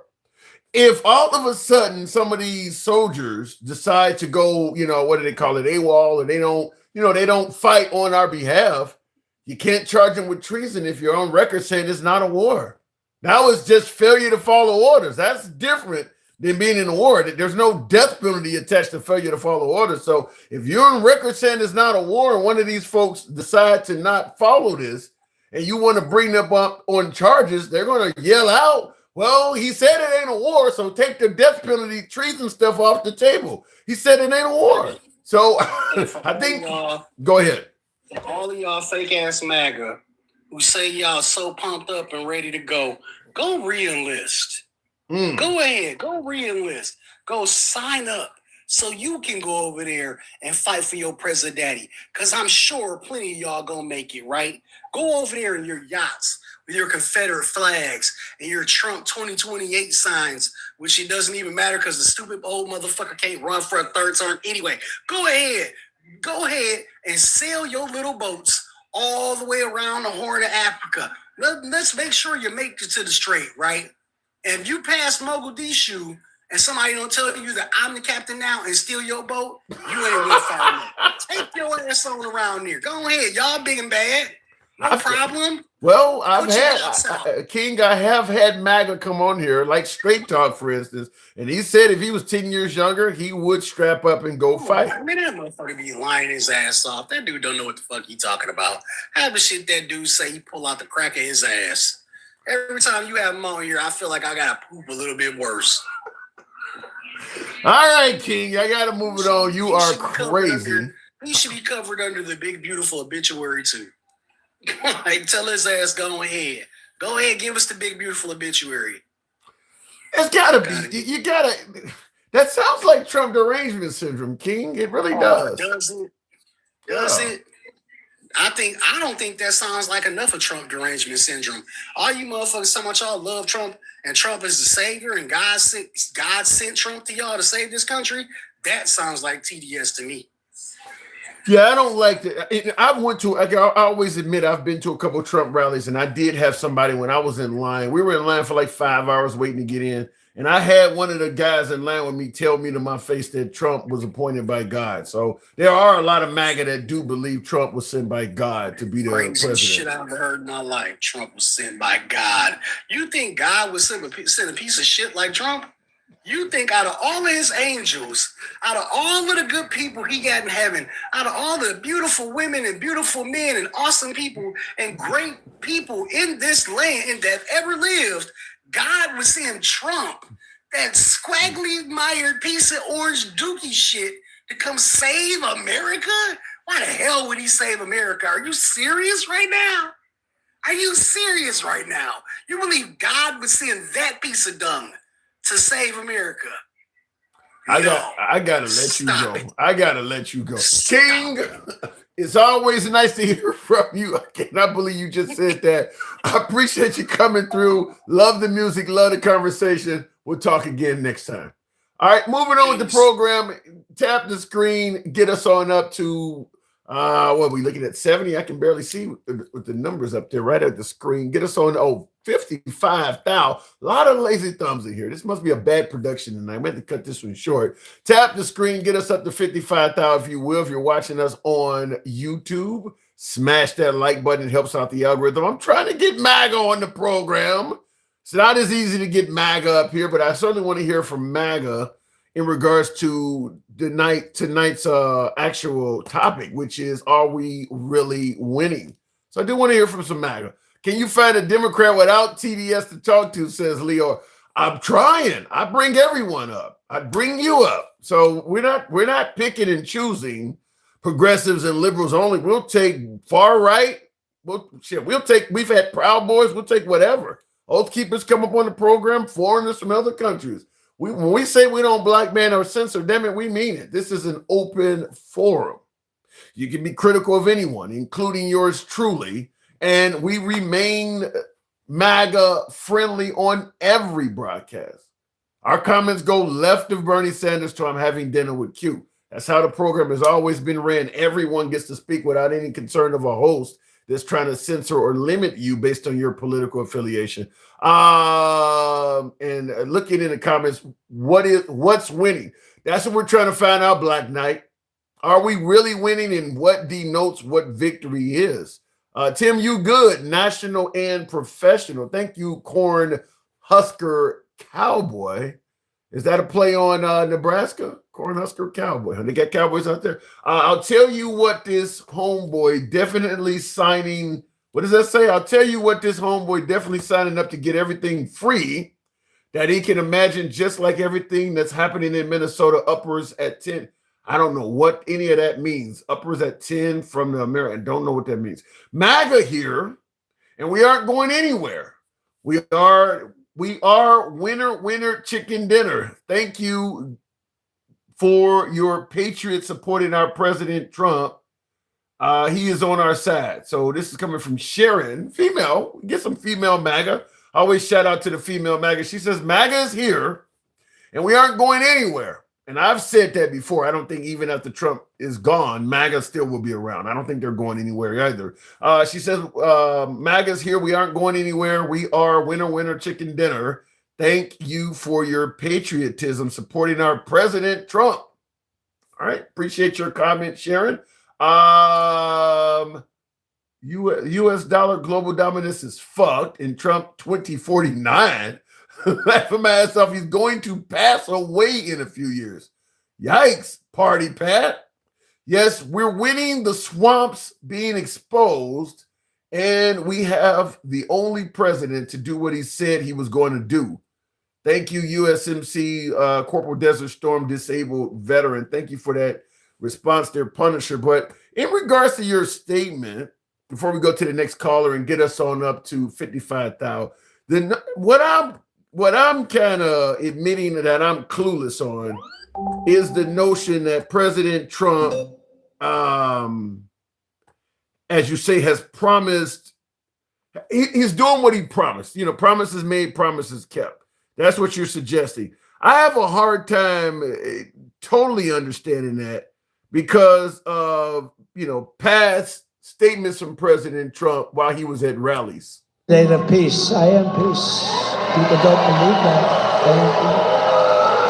A vote for Donald Trump is a vote for a man who wants to end wars, not start them. We do not want war with Iran. We actually want peace. The Iranians are clearly not very good at war. Perhaps they should follow President Trump's lead and give peace a chance. Kamala's campaigning with warmongers like Liz Cheney. How do you think that is? She picks Liz Cheney, whose father virtually destroyed the Middle East. You know, Liz Cheney, she talks big, I want war. She always wants war. Every time I was with her in the White House, we should attack this nation, that nation, nations that people never even heard of, we should attack. She's a big tough guy. She sits back in Washington, we ought to go and attack Iran, Iraq, we're going to attack everybody. That's why I broke up with her. All she wanted to do is go to war with everybody. These war hawks, they want to draft your kids to die in wars, and they will never fight themselves. You know, we'll stay around the country for 15 years, just bomb the hell out of everybody, make everybody miserable. Nobody knows why we're there, you know, the wars that never end. These endless wars that we've been in, I've gotten us out of so many. We don't want to get into wars. We're tired of fighting. I'm the only president in the last 84 years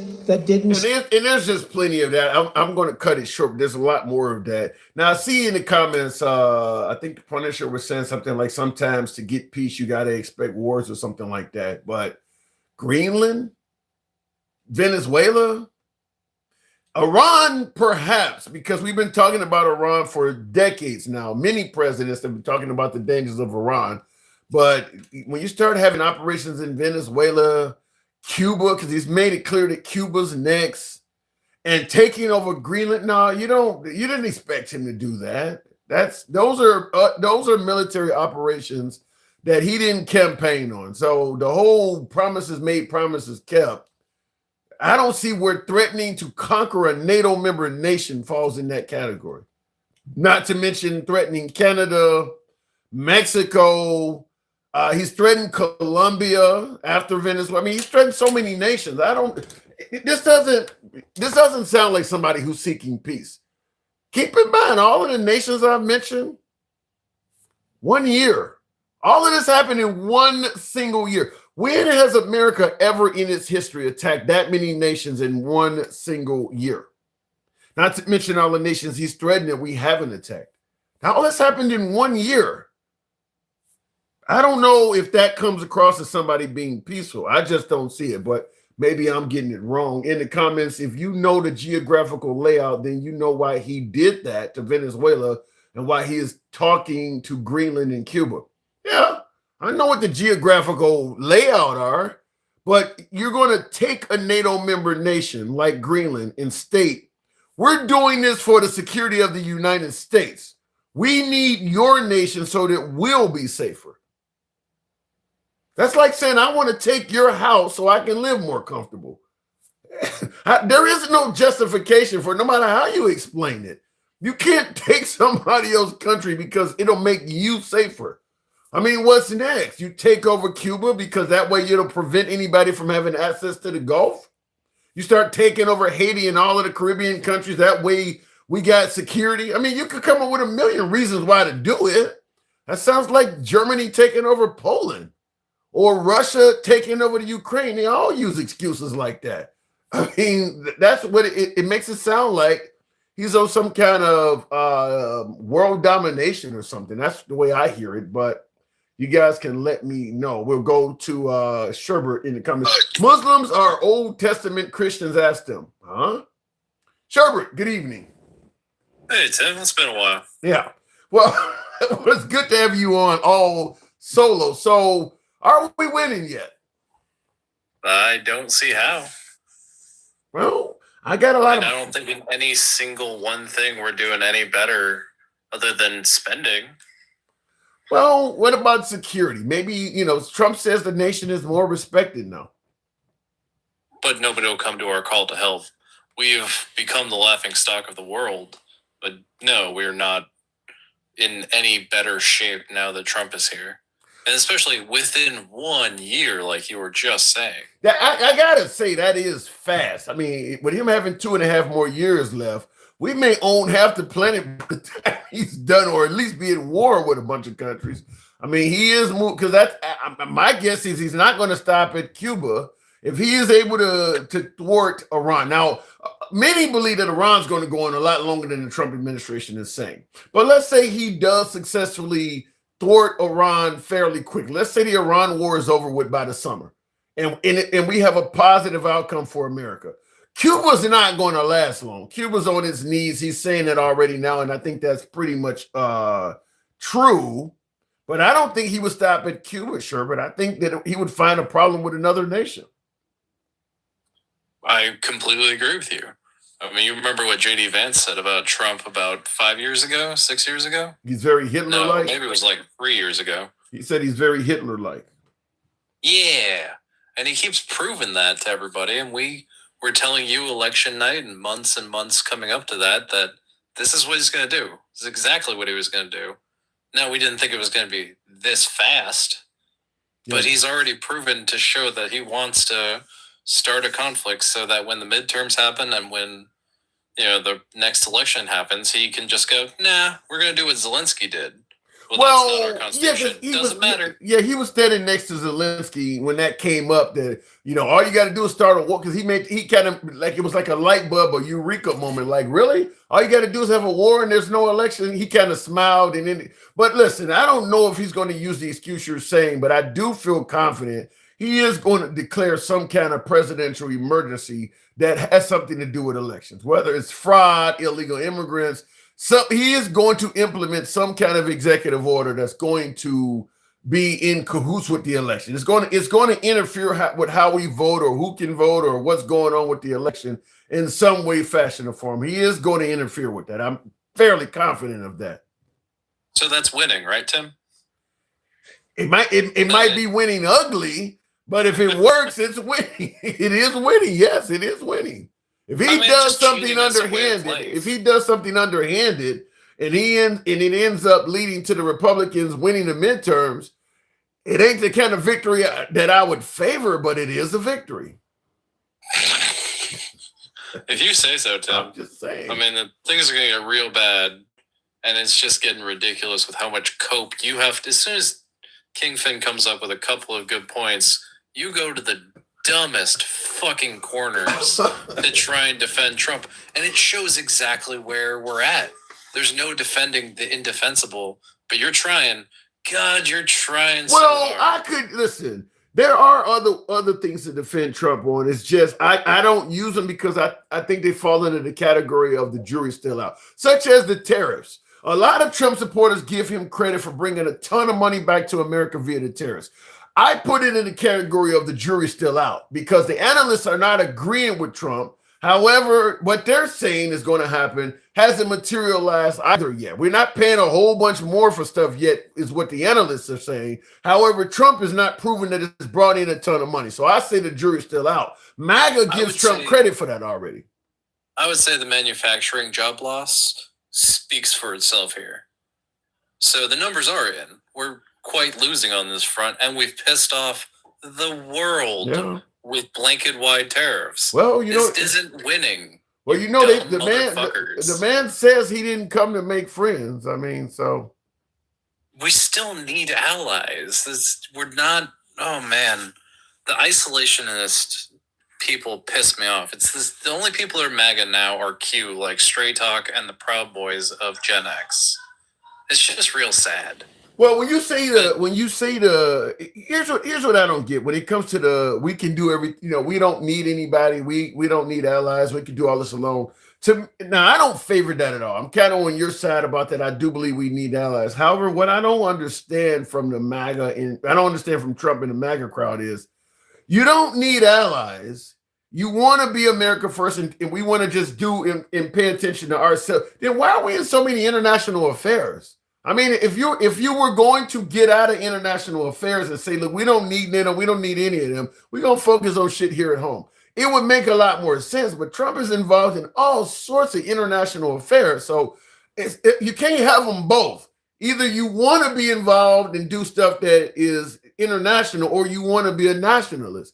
And we're just not acting like nationalists under Trump. Well, the other problem is there's never any seriousness to what he says.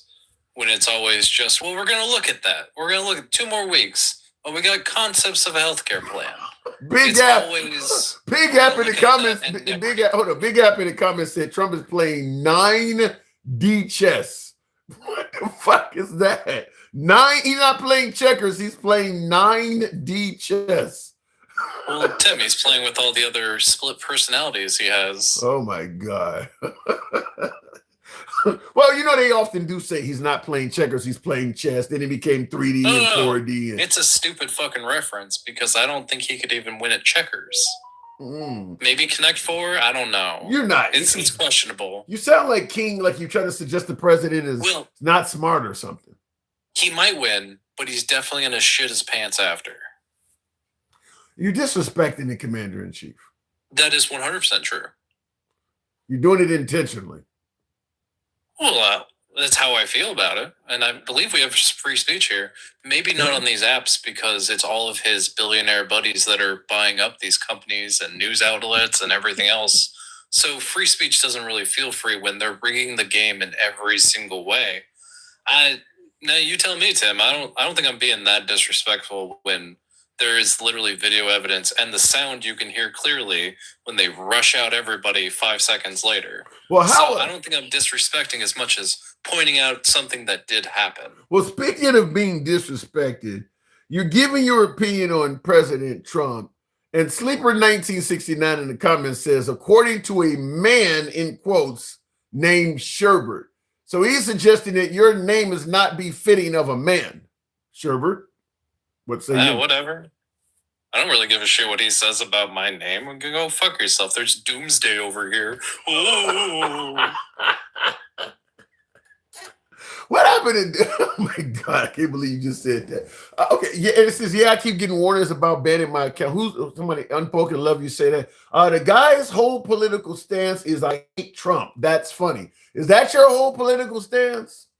Not at all, but it is quite prominent in this every 15 minutes breaking news that Trump refuses to not have, or Stephen Miller being absolutely fucking crazy. So it's definitely not my only stance. It's just quite prominent in the moment when the things in Minnesota happened and people turned themselves into pretzels to defend a horrible person that didn't pay his contractors when he was theoretically making legitimate money. No. So, fuck off. He wanted to make more. In the comments, Freedom Fighter says Trump wants migrant workers back. Have you heard anything? Somebody else said that. Have you heard that? That they're trying to, I mean, you don't deported everybody. Have you heard any notion they're trying to get some of the migrants back? I have not heard that, but it absolutely has to happen. We can't just close off the border to a workforce that we actually do need. No matter how much it sucks that we pay people less, we do need that workforce, and our job numbers are showing it. So, whatever.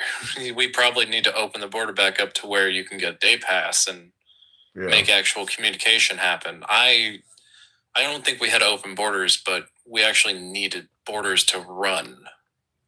Yeah, I think that was something that was being said almost immediately when Trump started getting very aggressive on deportations, is that, there's going to be some of these jobs you're deporting people from. Ain't nobody going to want to do this shit. I mean, look, carpentry and plumbing and roofing, you might be able to find Americans to do that if it pays decent wages. But when you're talking about, picking crops and shit off of trees and standing in the field picking cabbage and shit like that, even if you pay a decent wage, a lot of Americans ain't going to do that. I mean, we got other options. I'm not going to stand out in the sun and burn up, bending over, picking up cabbage or whatever the hell they do. So some of that stuff.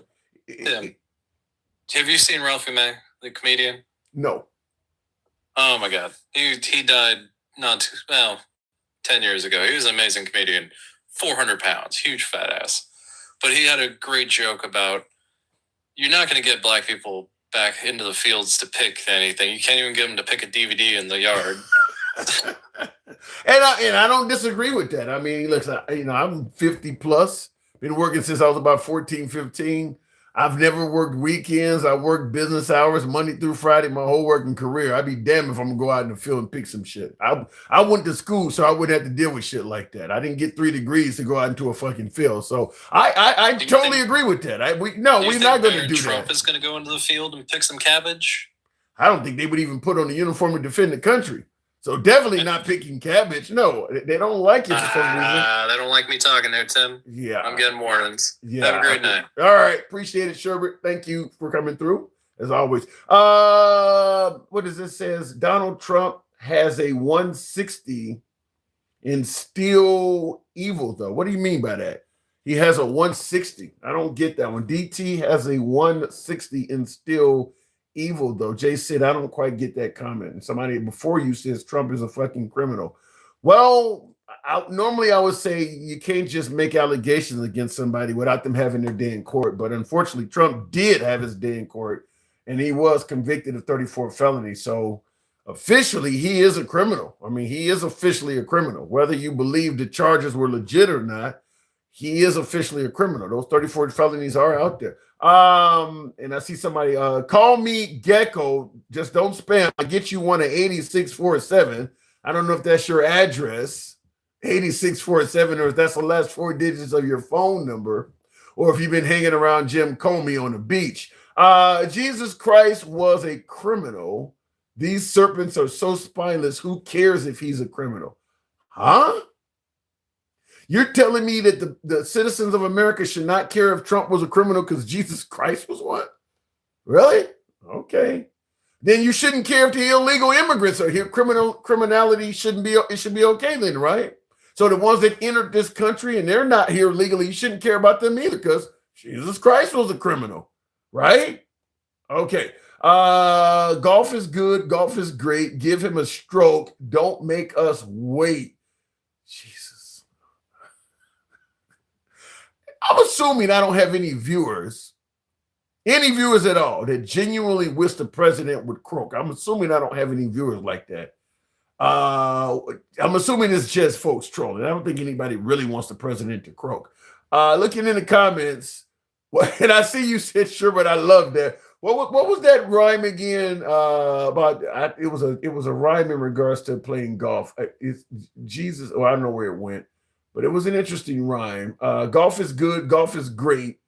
Give him a stroke. Don't make us wait. Now he's talking about a stroke while playing golf. You know, you take a stroke on a 10th hole or something. He's talking about swinging a club, I'm assuming.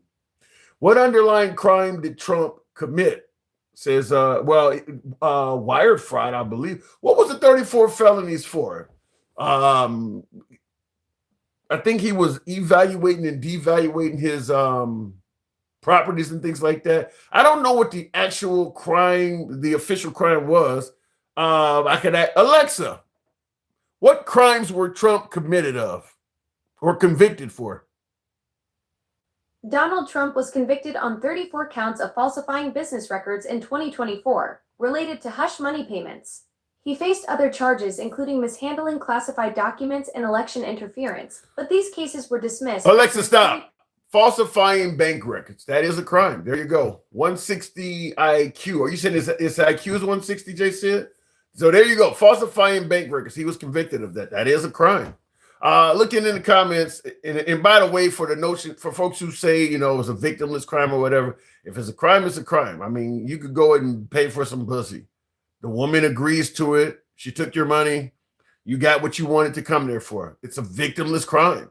Yet it is a crime. Just so there are plenty of crimes out there that do not have victims. I mean, so I'm just telling you, saying it's a victimless crime, that alone is not a justification to get away with it. Looking at the cover, 34 felonies were made up crimes, misdemeanors, not a crime. Alexa bullshit.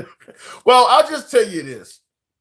In regards to Trump's 34 felonies being made up crimes or whatever you want to call them, just about everybody that's been convicted of a crime thinks that the prosecutors fucked them. You ever see the movie Shawshank Redemption where everybody in here is innocent?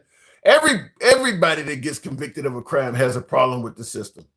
If we took what Trump is saying at face value, you got to take it from every felon. Keep in mind, Trump is a felon that currently has access to the nuclear codes, but most felons would not be allowed to flip burgers.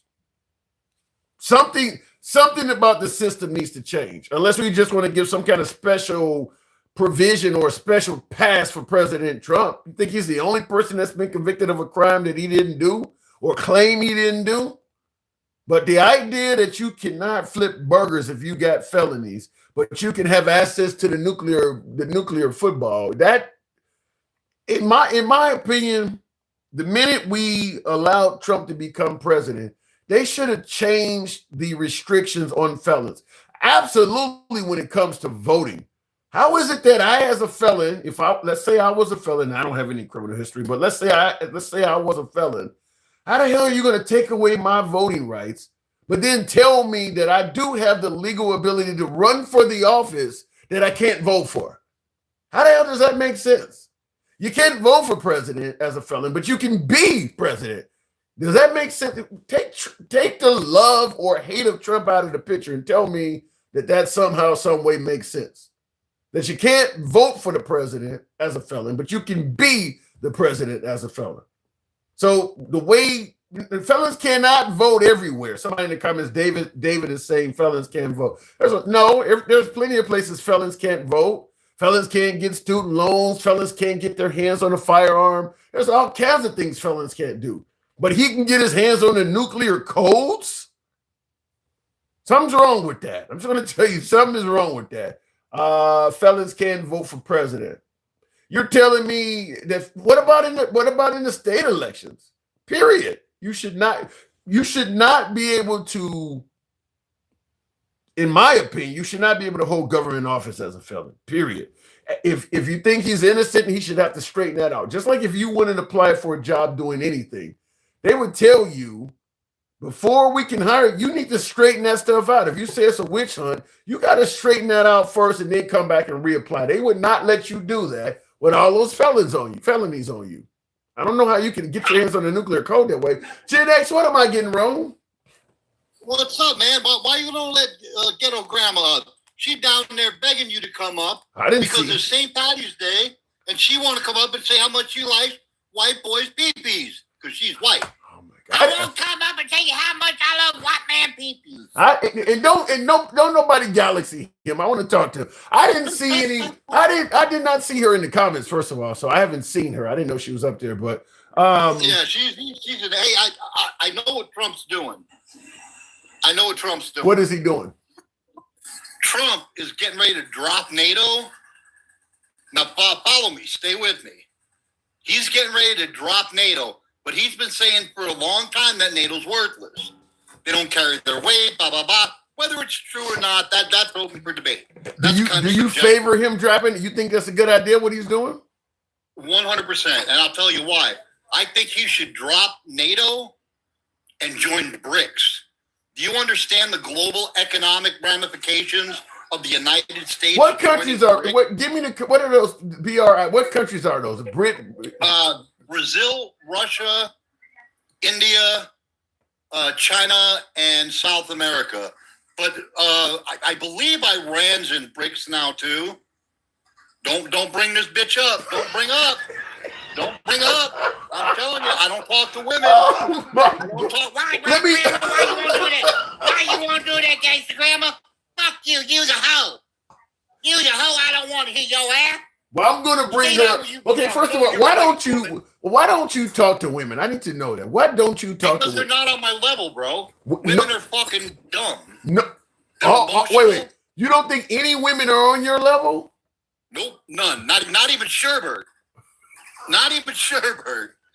That bitch is not on my level either. What makes a woman incapable of being on your level? Explain this to me. I'm trying to figure this out. Let me tell you two women that could come up and I'll have a conversation. One is going to surprise you, and that's Takesha.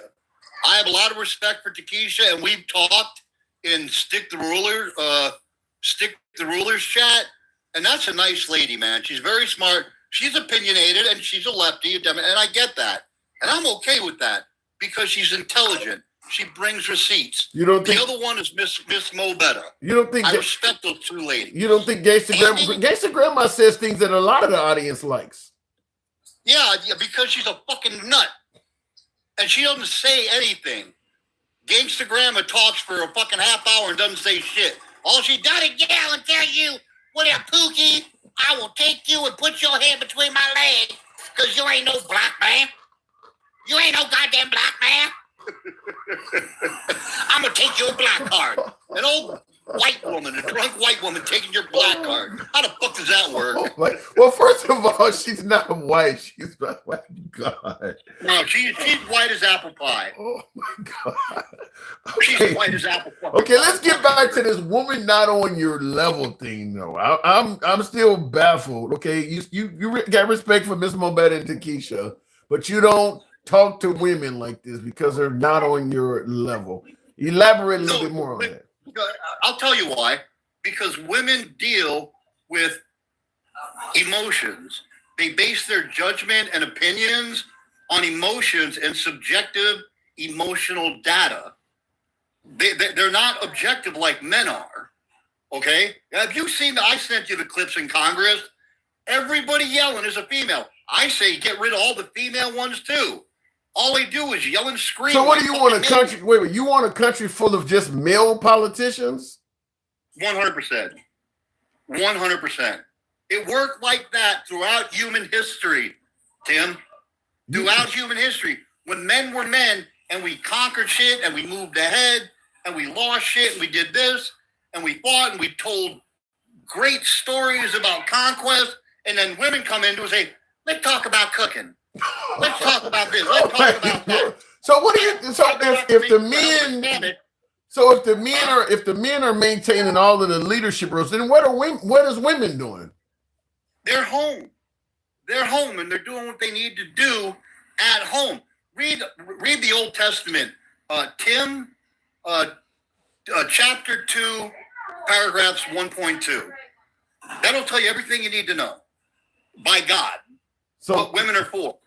So the women are all home. So if a woman is not married, for instance, what the hell is she doing at home? She should be working. I mean, how does she support herself?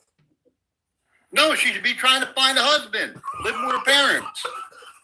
That's what her job is. What if she don't want a husband?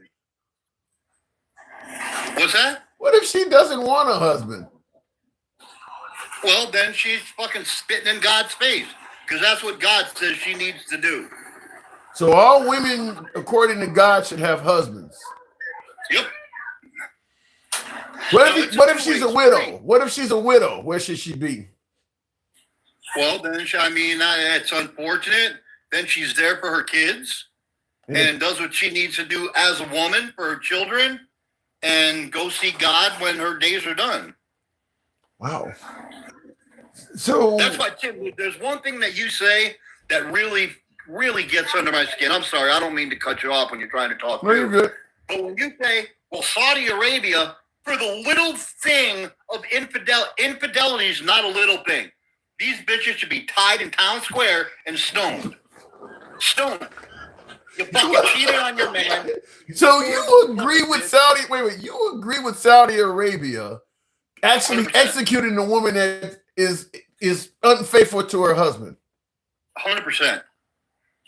But I feel the same about a man. If a married man lays bed with a married woman, then he should have the same consequence. Yes, 100%. Death for infidelity. Jesus Christ! You would have you would maintain a really strict world there, Gen X. That's really strict. It's worked for me for 20 some odd years. It works, man. Have you been married before? I've been married for over 20 years. Yeah. And your wife agrees with this? 100%. I wish she was around to talk to, because I would. She has a fine white sister, man. That's the same. If you're interested, I'll bring you out. They ain't racist. They fucking love all men. I mean, I'm trying to figure out. Let's say and I see in the comments, SMB says your wife is not happy, but I would love to talk to any spouse that is married to a guy like you, because you're not the only guy. I've talked to a few other guys that have this vision for women that is, because you kind of believe that men have a hierarchy over women. Am I right in saying that? To a point, yes, but to a point, no. I don't believe. This is what I believe, and it's kind of reflected in the Bible as well. A man should treat a woman the way he expects another man to treat his mom. That's how a man should treat a woman. Okay, I don't see any problems with that, but I don't see why women should not be able to hold public office. That's where you lose me at. Because they're too emotional, bro. They're too fucking emotional. I mean, shit. I mean, there's a lot of women that are able to maintain managerial positions just fine, even with the emotion. I mean, you don't think some men are emotional? Okay, 100%. Trump is the epitome of a fucking borderline woman. I'll give you that. But you love him. He wears his emotions on his sleeve, and I get that. But the majority of the time, not the rule of all time, the majority of the time, women are way more emotional than men. 100%. Now, you clearly don't believe women should have public. Do you? I don't know if we talked about this before or not, but do you believe women should vote for public office? Fuck no. So they can't hold office or vote. They should repeal the 19th Amendment yesterday. Yeah. And I'll tell you why. Because when women get involved in politics, just because she can't vote, don't mean she's not going to get you to vote the way she wants you to vote, because she got this thing called the mouth and a poo nanny that's going to make you say, okay, baby, I do whatever you want me to do. You rock and roll. I don't know if so Gen X, wait a minute. I don't know if I agree that, okay, now you're MAGA, you're absolutely MAGA. You're trying to tell me some good poo nanny could make you vote for Kamala Harris? Fuck no, it can't. Right then. So what are you talking about? Man couldn't make me do that. But you got to understand, many men are weak. You don't have a whole country full of men here. You have about half that are men, and you've got half that are beta males, the liberals, that deal with their feelings and this and that, and okay, baby, we'll do what you want to do, and But what woman is gonna hold a pussy back on the conditions that you vote for? I mean, you ain't even got to tell who you're voting for. And you, by the way, you could tell a woman, I'm not MAGA, but when you go to the polling place, support Trump, she doesn't get to see who you're voting for. Well, that's because of course she's gonna know. How? Because you express yourself every day. You say who you voted for. You don't have to do that. I don't have conversations with her about it because I don't want that aspect of her life in that aspect of my life. Well, but she knows I'm 100% MAGA. But she also gets confused and said, because sometimes I'll yell and scream about Trump. I thought you liked him. I do like him, but he's fucking up. Wow, Jessica, by the way, there's a woman there showing some love to the show. Thank you, Jessica. Appreciate that. Thank you, folks, for helping out with the hat, mustache, cap, if you will. Thank you. But there goes Jessica. See, that's a woman showing some love to the show. You got to give it up for the women. She should. As she should. She just bought you a sandwich. She should show you love, baby. Come on, get with the program. Oh my God. You say some wild shit, man. You really do. I would love to have you in a room with a panel full of women. I would absolutely, because you say some. I tell you what, if you have me in a room with a panel full of women, when I'm gonna walk out with 3 sandwiches and 4 pressed shirts. All right, that's the type of motherfucker I am. Oh my God. I don't know what. I mean, I got some folks in the comments that are saying you come straight out of the 1800s, man.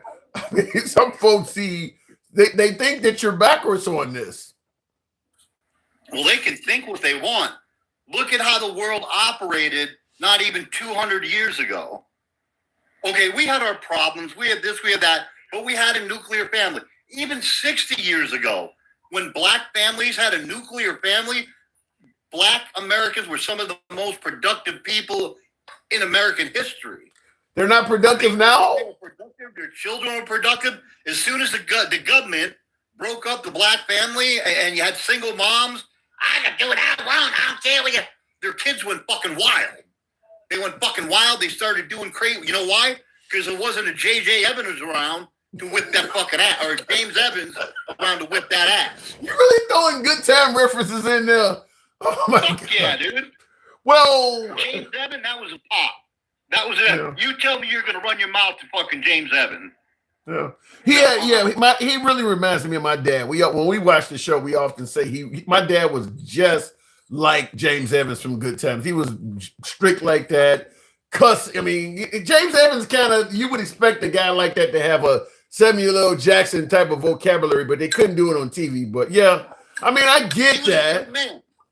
I get he was made up and he was a fictional character, but he personified a good American black man. That's what American black men and white men and all American men should be like. Just like that. Yeah, but there are some women like Harriet Tubman, for instance, who held it down. She didn't need no man to seek freedom. I mean, you got Rosa Parks. These women held it down. You know, Susan B. Anthony got women the right to vote, was willing to take that ass kicking for the rights of all women. You got to give the women some love, man. They actually. And I'm not saying you don't give them some love. That's not what I'm saying at all. But the majority, I'm talking majority. You're talking a handful of women out of a population of how many? That's because Mother Nature, DNA, and fucking evolution made women who they are and what they need to be.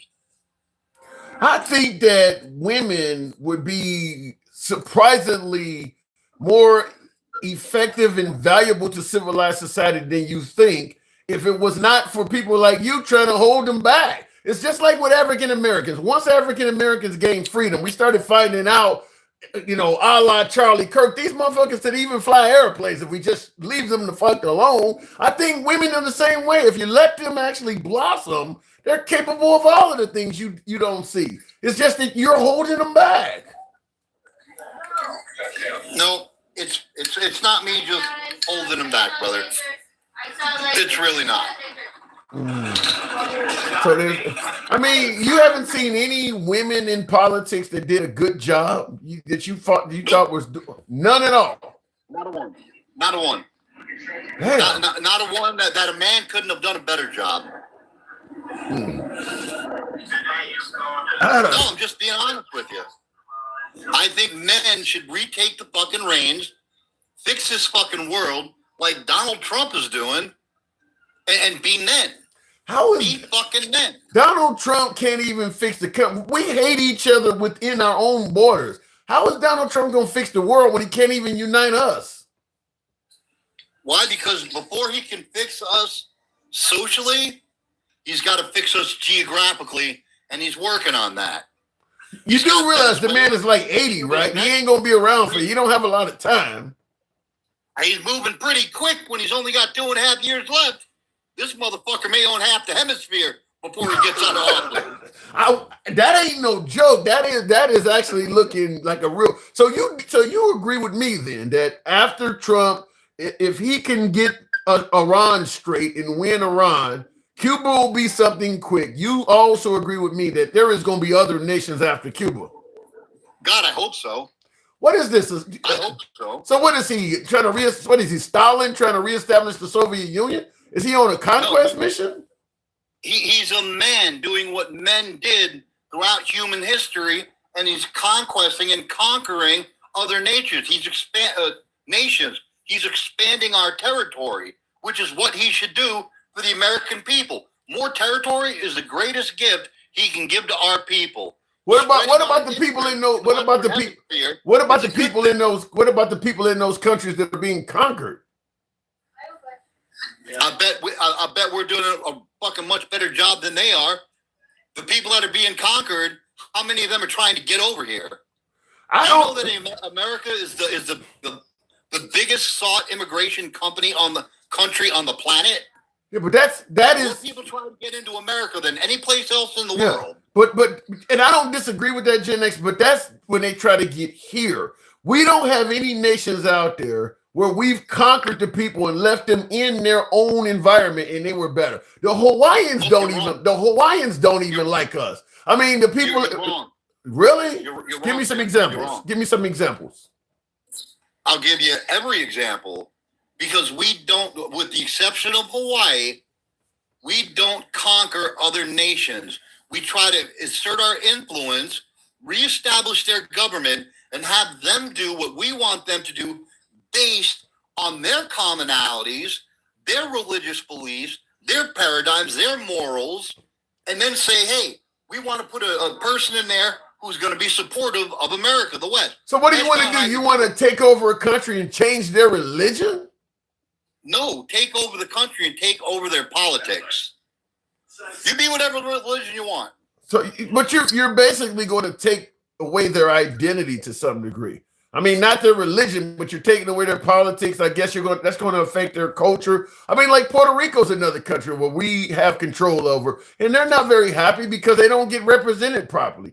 Most of the countries that we have conquered, if the people stayed in that particular area, they're not happy with us. That's a good point.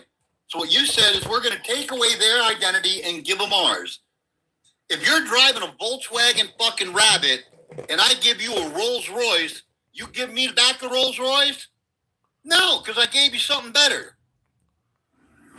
I don't know. I'm using your logic. I mean, I hear what you're saying, but we don't have a good history of happiness after conquering. Most of the places we conquer, they're not very happy after we do that. In fact, I don't know anybody that is. I don't know any nation that is happy after we've done it.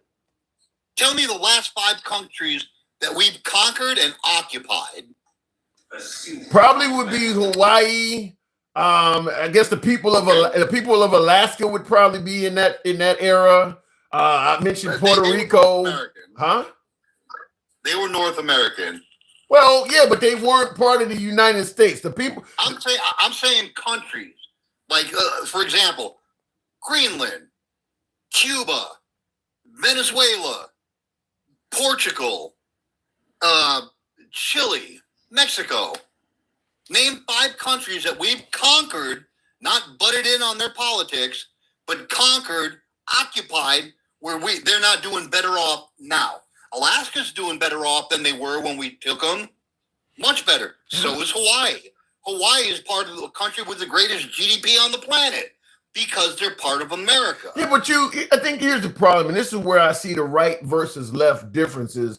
You guys focus on, when you say in people are doing better in improvements, you focus everything on a financial aspect. You ignore stuff like the happiness index. You ignore stuff like the environment. You ignore stuff like, are you making more money? There's a lot of other parts of life that don't involve making, like the Native Americans, they didn't give a shit about money. They were things that made them happy, had nothing to do with money.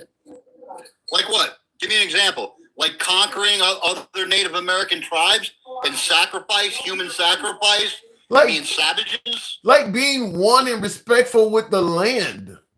We're pretty damaging to the land compared to Native Americans. So they would not favor what we're doing. Now let me throw this in too, okay? I'll go a little bit left for you. I'm not saying there's not room for improvement where we're concerned, because there certainly is. But I think the overall picture says that what we do is right in the long run, and if we press that agenda and our will, the world will be a better place. Says us. I got to move it on, Gen X. Says us. I understand what you're saying, but that is in our opinion. I don't think even Canada wants to become part of the United States, despite what folks are saying. But Gen X, good conversation as always. Come on back anytime. Hey, have a good night, Tim and Gangsta Grandma. Don't you go smoking too many white peepees, you Irish woman. Oh my God. All right, let me move on. Speaking of which, because she did send a galaxy, but I said ahead of time that I wanted to talk to Gen X one-on-one, and I said, don't galaxy me. I guess she didn't hear me. Now, let me tell you something, and I'm saying this very bluntly. I don't give a fuck if you get hurt. You are a whole bitch. You are a bitch, and I'm never coming back here again. You just lost one of your biggest supporters because I'm the one that gives you the most. Go look. How did I? No, I'm done. Okay. I'm done. That was the fucked up shit that you did. That was fucked up. You allowed a white man to disrespect me, and you laughed about it. And then you came up here, you let the white man come up and say, well, you know, the black family. It was a white man that did that destroyed the black family. How about Black Wall Street that burned us down? How about the Lake Lemire that flooded the black community? And you didn't say shit, bitch. And I called you a whole bitch. Okay. And I'm done with you. And I'm never coming back to your so-called platform again. Well, done. We always do it, God. You can't change your rules in the middle to do favoritism. You can't. We didn't change the rules in the middle. Yes, I made you it did. the minute he you came up. I'm not going to accept a galaxy for him. Yes, you did. You can't do that. Okay. When you set a fucking rule, you set a fucking rule. Okay. So you just fucked yourself, bitch. You fucked yourself. I'm done. All right. I'll leave it at that. I'm sorry to see you go. You don't even see what you did. What? You can't just change the rules and because you want to fucking suck his dick. What the hell? You can't. What the hell makes you suggest that I want to fucking suck his dick? What are you talking about? Because you changed the rules. Well, I'm not going to accept nothing after he disrespected me. What the fuck is wrong with you? First of all, I wanted to talk to the man one-on-one, and the minute he came up... You can't change the rules, though. You can't change the fucking rules. All right, okay. You put it in there like other creators do. You can't do it. Okay. I disagree with you. I made it clear the minute he came up. You are, and I'm done. You're a bitch. Okay. Your mama should have aborted you. Damn. And I've always had your fucking back. Always. And you let that white piece of shit disrespect me. I come up, and you said no. So fuck you, fuck your mama and your daddy. And you think I'm joking. I am so unsubscribing. I have done a lot. I have done. You go look at who's your top gifter. Look at your top gifter, bitch. Look at it. I was. Okay. I hate to see you go. You're a bitch. I hate to see you go, You're but a bitch. okay, at this And you're point, gonna lose a lot. okay, You're gonna lose a lot of gangster, people. I get that I'm a bitch or a whole or whatever. I mean, at this point, you're just, I get all of that. You're saying, but you're Then you allowed that bitch to talk shit about black families, and you didn't even check his ass. you're kind of saying the same thing over and over at this point, though. You didn't check his ass. I hear Why you. didn't you check the white man? Okay, what do you want me to do now? You didn't check. God, you're fucking goddamn special. Your mama did probably smoke crack with you. On God. She probably fucking did. Because you didn't, when he was talking shit about the black families and stuff, you did not. You did not. What do you want me to did do now? not Okay, check you're him. you're pointing out what I messed up on. What do you want me to do now, going forward? I'm done with you. All right, Honest then. to God. I'm done talking to your ass and fucking you and after I'm done. I'm being done. I'm never coming back up here. I'm not spending a damn dime on you. I'm not. Okay. Because what you did was shitty. Okay, you're literally saying the same thing. At this point, you're saying the same thing over and over again. But what you did was shitty. I get it, but how many times you going to keep saying what you did is shitty, you fucked up, you fucked up? What you did was shitty. Okay. What you did was shitty. And why don't you? I'm not coming back.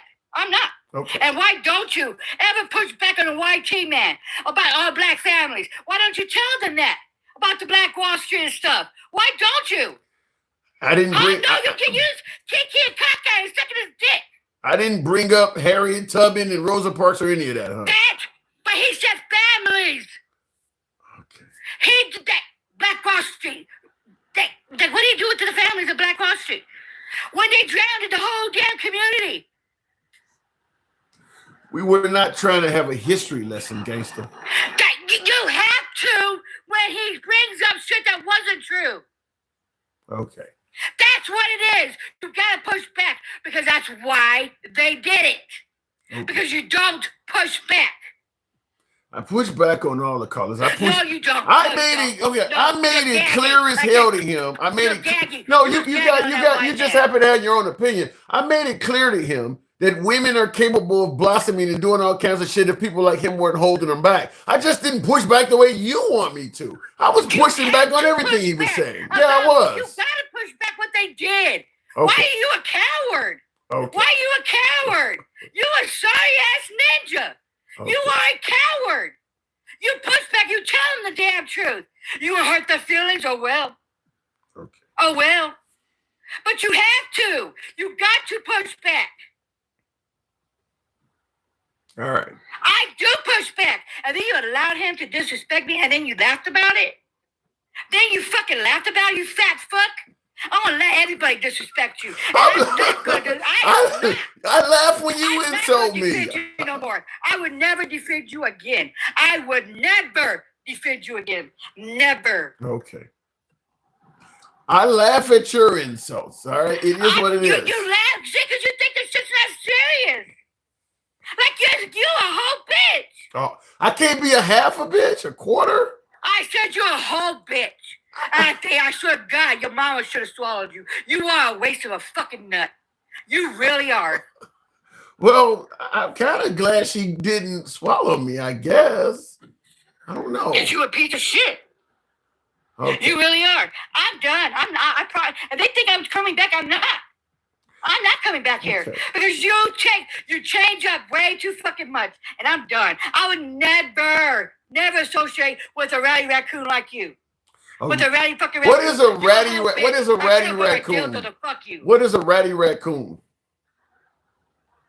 You cross-eyed ass bitch. So raccoons are cross-eyed? Your ass is. Okay. All right. I'm learning. You really think I'm joking, don't you? You really fucking think I'm joking? No. I promise you I'm not. I don't think. I promise you I'm not. You allow the shit. You allow people, when they come up here, they talk their fucking racist shit, and they talk all the shit that you know it's not true. You allow the shit. You allow the shit. You wouldn't bring up nothing that the white man did to us back in the damn day, and it's still going on. You don't allow shit. You a pussy ass wannabe fucking black man. Okay. Go drink the fucking bleach. Okay. When you say I allow this shit, what do you think I mean when I say I'm for free speech? You can criticize anyone, including me. Okay. You push back. You push the shit back though. Tim, you push the shit back. No, I'm not coming back. I'm not coming back. I promise you. I put down my kids. I'm not coming back. Okay. Well, we'll welcome you back if you do. This is not entertainment. When you're dealing with people's lives and stuff, this is not entertainment. When you're dealing with history, it's not entertainment. The white man destroyed the black community. The white man destroyed the black everything. They stole our creations. They did everything. Okay. And you don't never fucking push back. You know why? You like sucking their cock. That's what you is. Why You like sucking it. Why I gotta be? And you let that fat fuck. You like sucking his cock. I don't know what you mean when you're talking about sucking your cock. Because you don't push back. You don't. You don't even give them. Oh my God! I'm sick of you. You don't even tell them about black hair. Nothing. You just allow them to spear the shit, and then you kick cockeye. I kick cock. What the hell is that? And then you like when I told you you'd switch up on your rules and stuff. You're not even supposed to do that. So I lost all respect for you. Okay. I lost all respect for you. Well, I did. well, When you did that, you switched up because you want to talk to that fat fucking ass cracker. I'm done. I'm done. Why are you calling him a cracker? Cause I feel fucking like it. Like he called me. I'm fucking white, bitch. I never will be white. I'll spit on you. I'm never fucking white, bitch. I know who my mom and my daddy is. Black. Well, shit, I'm glad to hear you know who yours is because I was told man should have swallowed me. Well, hey. You're doing better than It me. is what it is, huh? Yeah, I almost got swallowed. No respect for you. I am unfollowing. I promise you, I don't want nothing to do with you after this. I told you. I don't want nothing to do with you. I don't. Because you disrespected me. You allowed a white man to disrespect fucking me. And I had your fucking sorry ass back. Never do it again, no? Well, never. You're the fake fuck. Well, and now go look at your top getters and tell me. All I know is I made it clear when the first thing I said when the man came on. I don't see your white people doing it. I don't see your white people doing big getters. They're not. They're not. Okay, well, white people send me some gifts. According to her, white people ain't helping me out. Some of you white viewers support. If you are, hold on, let me go ahead. Let me run with it. If you are currently white right now listening to the program on YouTube, Instagram, Substack, or TikTok, support the program. Help your boy out because I'm hearing that white people don't do anything. So if you're a white guy, help your boy out. But a hat, mustache, a galaxy. Shout out for the white man. If you're a white man, 1 penny. 1 penny, right? No, I mean, that's what you're worth. Some of my white viewers, that's what you're worth, though, bitch. some of my white viewers, show some love to the program, just because I'm hearing that whites don't do this stuff. So, I'm one of your biggest gifters, though. Go look. Go look. I am one of your biggest gifters. Go look, bitch. Go look. And by the way, the Cash App. And by the way, the Cash App is the handsome liberal. I don't give a fuck about you. How you begging? No, you gotta beg white people. You gotta beg. Did you just see yourself, dude? You have to beg them to send you gifts. Oh, white people. Look at all the white people showing out. You are disgusting. disgusting. Thank you, You are truly fucking disgusting. You gotta beg him to send you shit. Captain DCU. That's Thank crazy. you. And by the way, You have to ask him to send you shit. hold right? on. You have to ask him Let to me. send you shit. That's crazy. No, you asked him. Thank you. I'm not asking you shit. I'm not asking a white man to help me do nothing. Gore I don't have BG. to ask them. I don't ask nobody to give me Okay, well, gifts. Gore You're a BG, beggar. thank you. Gore BG says, Paleface here, enjoy the $5. Thank you, Paleface Gore BG, for showing some love. I feel there's some white people in here. What are you talking about? You have to ask them. When I gift you, I gift you. You don't have to ask me. That's the fucking point, you dumb fuck. I got folks that are saying you. That was the whole point. So you missed the whole point. That's why you're a fucking ass cracker. Because you don't even know what the fuck I was trying to tell you. So now You have to ask your white people to help you. So now I'm a They cracker. don't do it naturally. They don't do it organically. You had to ask them. That is fucking insane. So and Gen X said Gen X equals win. So thank you. Wow, White Devil. That's a $50 gift. Thank you, White Devil. That is so Because you had to ask. Wow. I got $50 from the White Devil. Wow. You're sucking your dick. No, I'm going by the White Devil just hooked me up. Because you had to ask. You don't even know what the fuck you're doing. Damn. I'm listening to you. You had to ask them. You had to ask them to help you. It wasn't organically. No, I'm listening to you. Hold on a second. Run, nigga, run. I ain't running. Hold on a second. Somebody told me to check my Cash App, so hang on a second. All right. How the hell do I even do that on this thing? You have to beg somebody to help you. Hand you some shit. Yeah, I see that. I Run, see that. nigga, run. JC Montana, thank you for the Cash App. I appreciate that. Run, nigga, run. Run, nigga, run. Huh? No, you told me that the white man don't do anything. You just missed the whole point, you dumb No, I fuck. didn't. Thank you for the hat mustache, Andy. What? Oh my God! What you have to ask them to help you.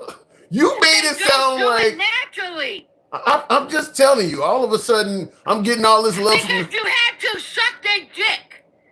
I'm What the fuck? You don't get it, Tim. You have to ask them to help you, but they don't do it naturally. That's what the fuck I was trying to tell you. I do it naturally. I pay them the $20 every fucking month for your sorry ass, pathetic, fat fucking ass.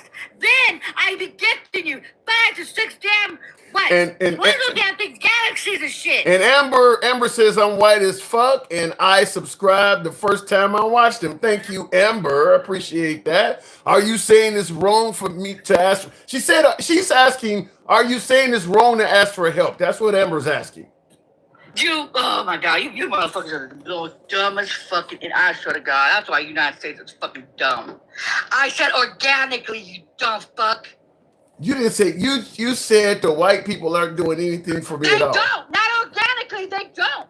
Now you're adding organic in there. You're moving the goalposts. No, I said organically. That's how, you know what? You didn't say nothing about organic. I'm so damn done. I'm so fucking damn done with you. I am so fucking done. I'm taking my money.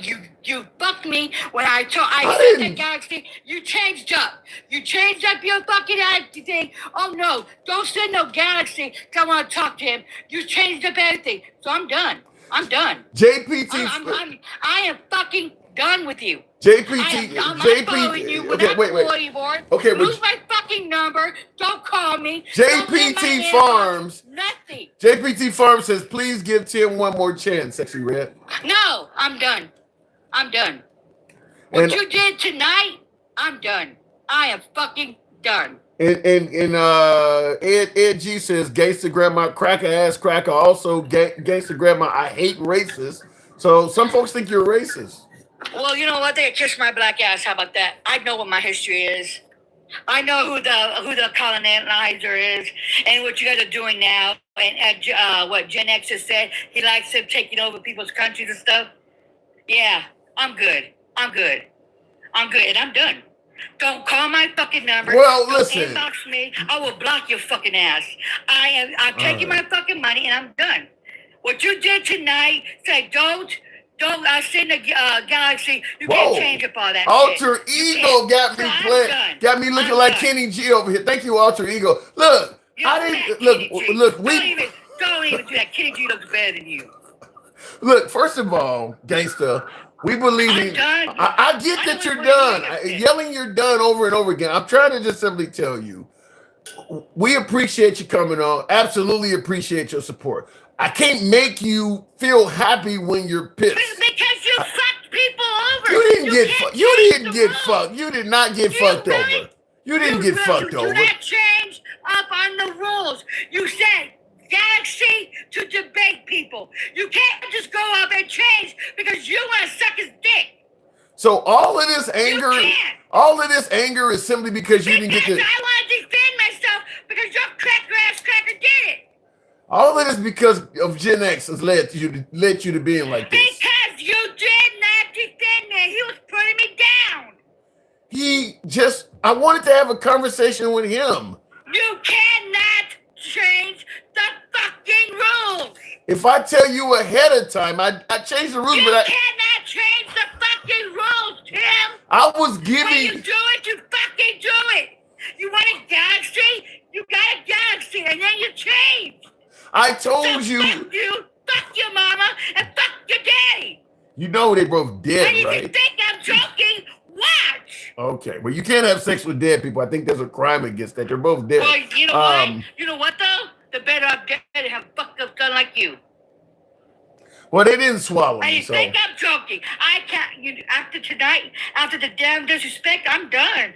I'm done, dude. I'm done. You fucked up. wow. You make me. And go look at the top gifter. Go look at the top gifter, bitch. Go look at it. You make me Go feel look at like it. It wasn't a white person. It wasn't a white fucking person. You fucked up. It was me. you really make me feel like Kane and Menace to Society with this. You know you don't fucked up. She's got what? Cowboy says you got to control your emotions. He's saying your emotions are out of control. You cannot change the fucking rules. Okay, we've heard the ruling part. We've heard that. You disagree. You know what, Tim? You're so fucking clueless. You truly are fucking white.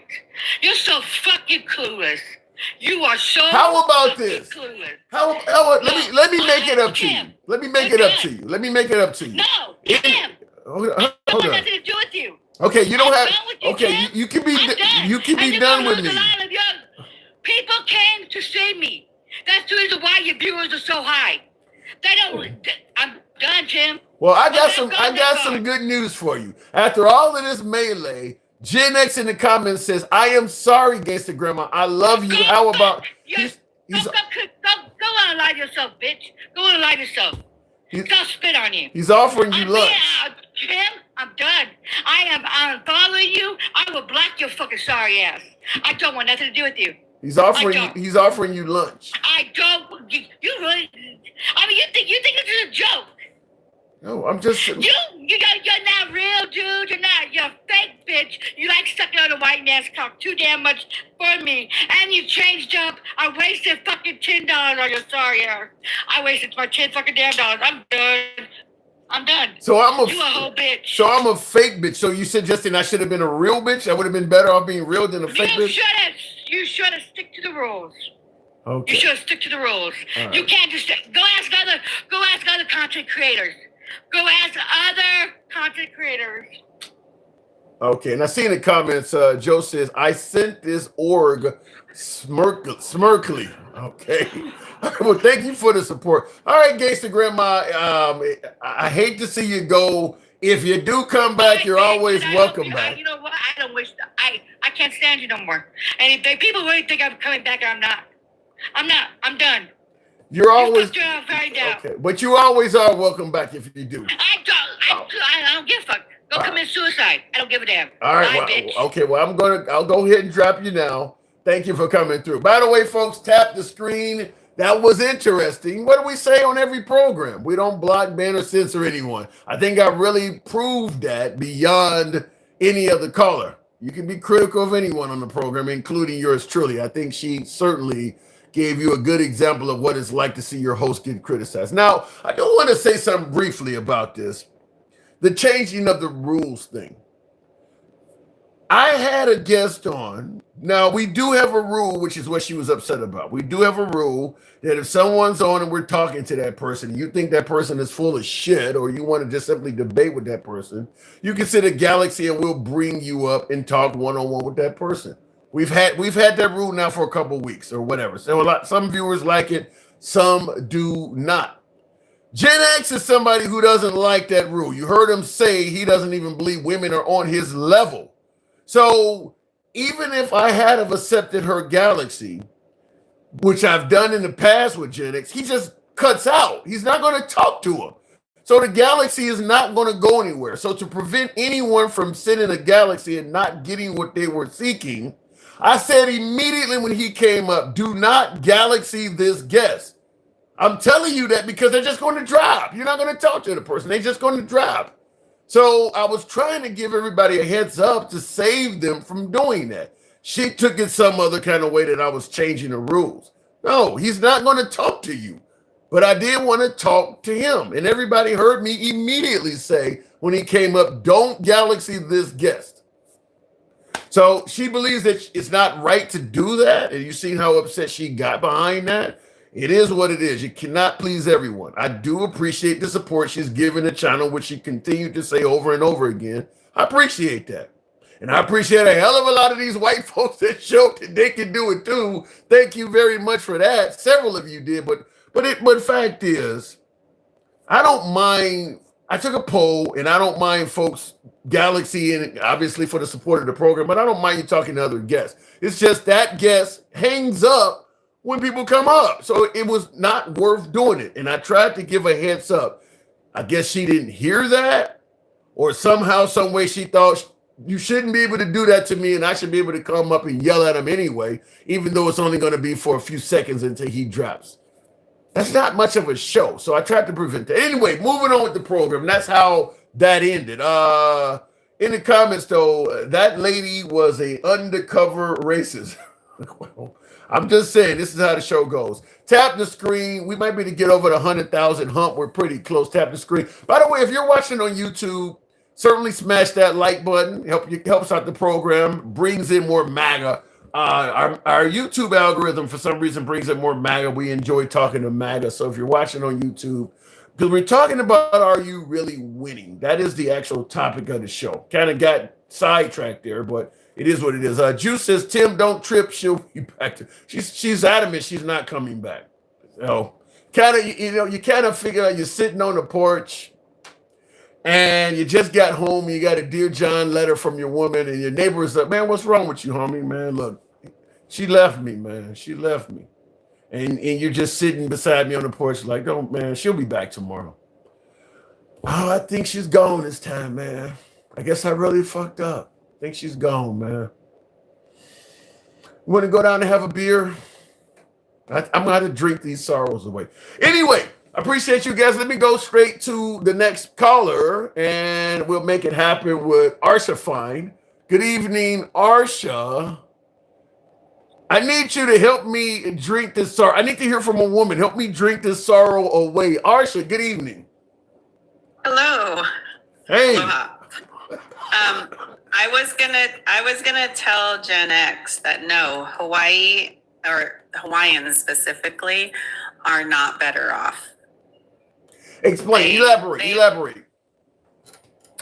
They don't have ownership of most of their land. Who owns it? The government. So America took over Hawaii and basically took ownership of the land there. Well, not only that, but I mean, Hawaii had a queen for a very long time. They had a Supreme Court that had women and men. It was more democratic than what we have today. Under the monarchy. States, right. Now, when did we take was it in 1950s? When did this happen? In 1950s, right? Yeah. Well, they annexed it earlier on than that, but it becoming a state, yes. Okay. It wasn't the did it improve the conditions when you became a state? No, I mean Puerto Rico warns Puerto Rican, of this, they don't want to be like Hawaii. They don't want to become Hawaii. Bro. And I was also going to tell Gen X that he is only living in the common era, because before, or in BC, all through, and even, in many, okay, let me put it this way. Throughout the world, pre-Western colonization by criminals, let's just say these were some of the most savage human beings on the planet, to go in to another person's territory, kill, grape, take, after being welcomed. Okay. Is that what happened in Hawaii on that? Is that what happened on Hawaii too? And what I'm saying is, for him to say like men need to be in charge, there were indigenous people, Native Americans, Hawaiians, Africans all over the world that were better off before colonization. That is some of the most savage cruelty any human beings could do. And that is in white people's genetics. Well, what you said is part of white people's culture to be savages and travelmen. Appreciate the horn, the sax. Are you saying that it's part of white people's culture to colonize and be savages? Yes, they've never been given anything. They've only taken. Damn. So whites are not hard workers that earn what they get. They just go around and steal. So what did the Roman Empire do? Wait, say that again. What did the Roman Empire do? You're talking about in terms of colonizing. Yeah, I mean, they spread throughout all Europe, right? Yeah. Taking.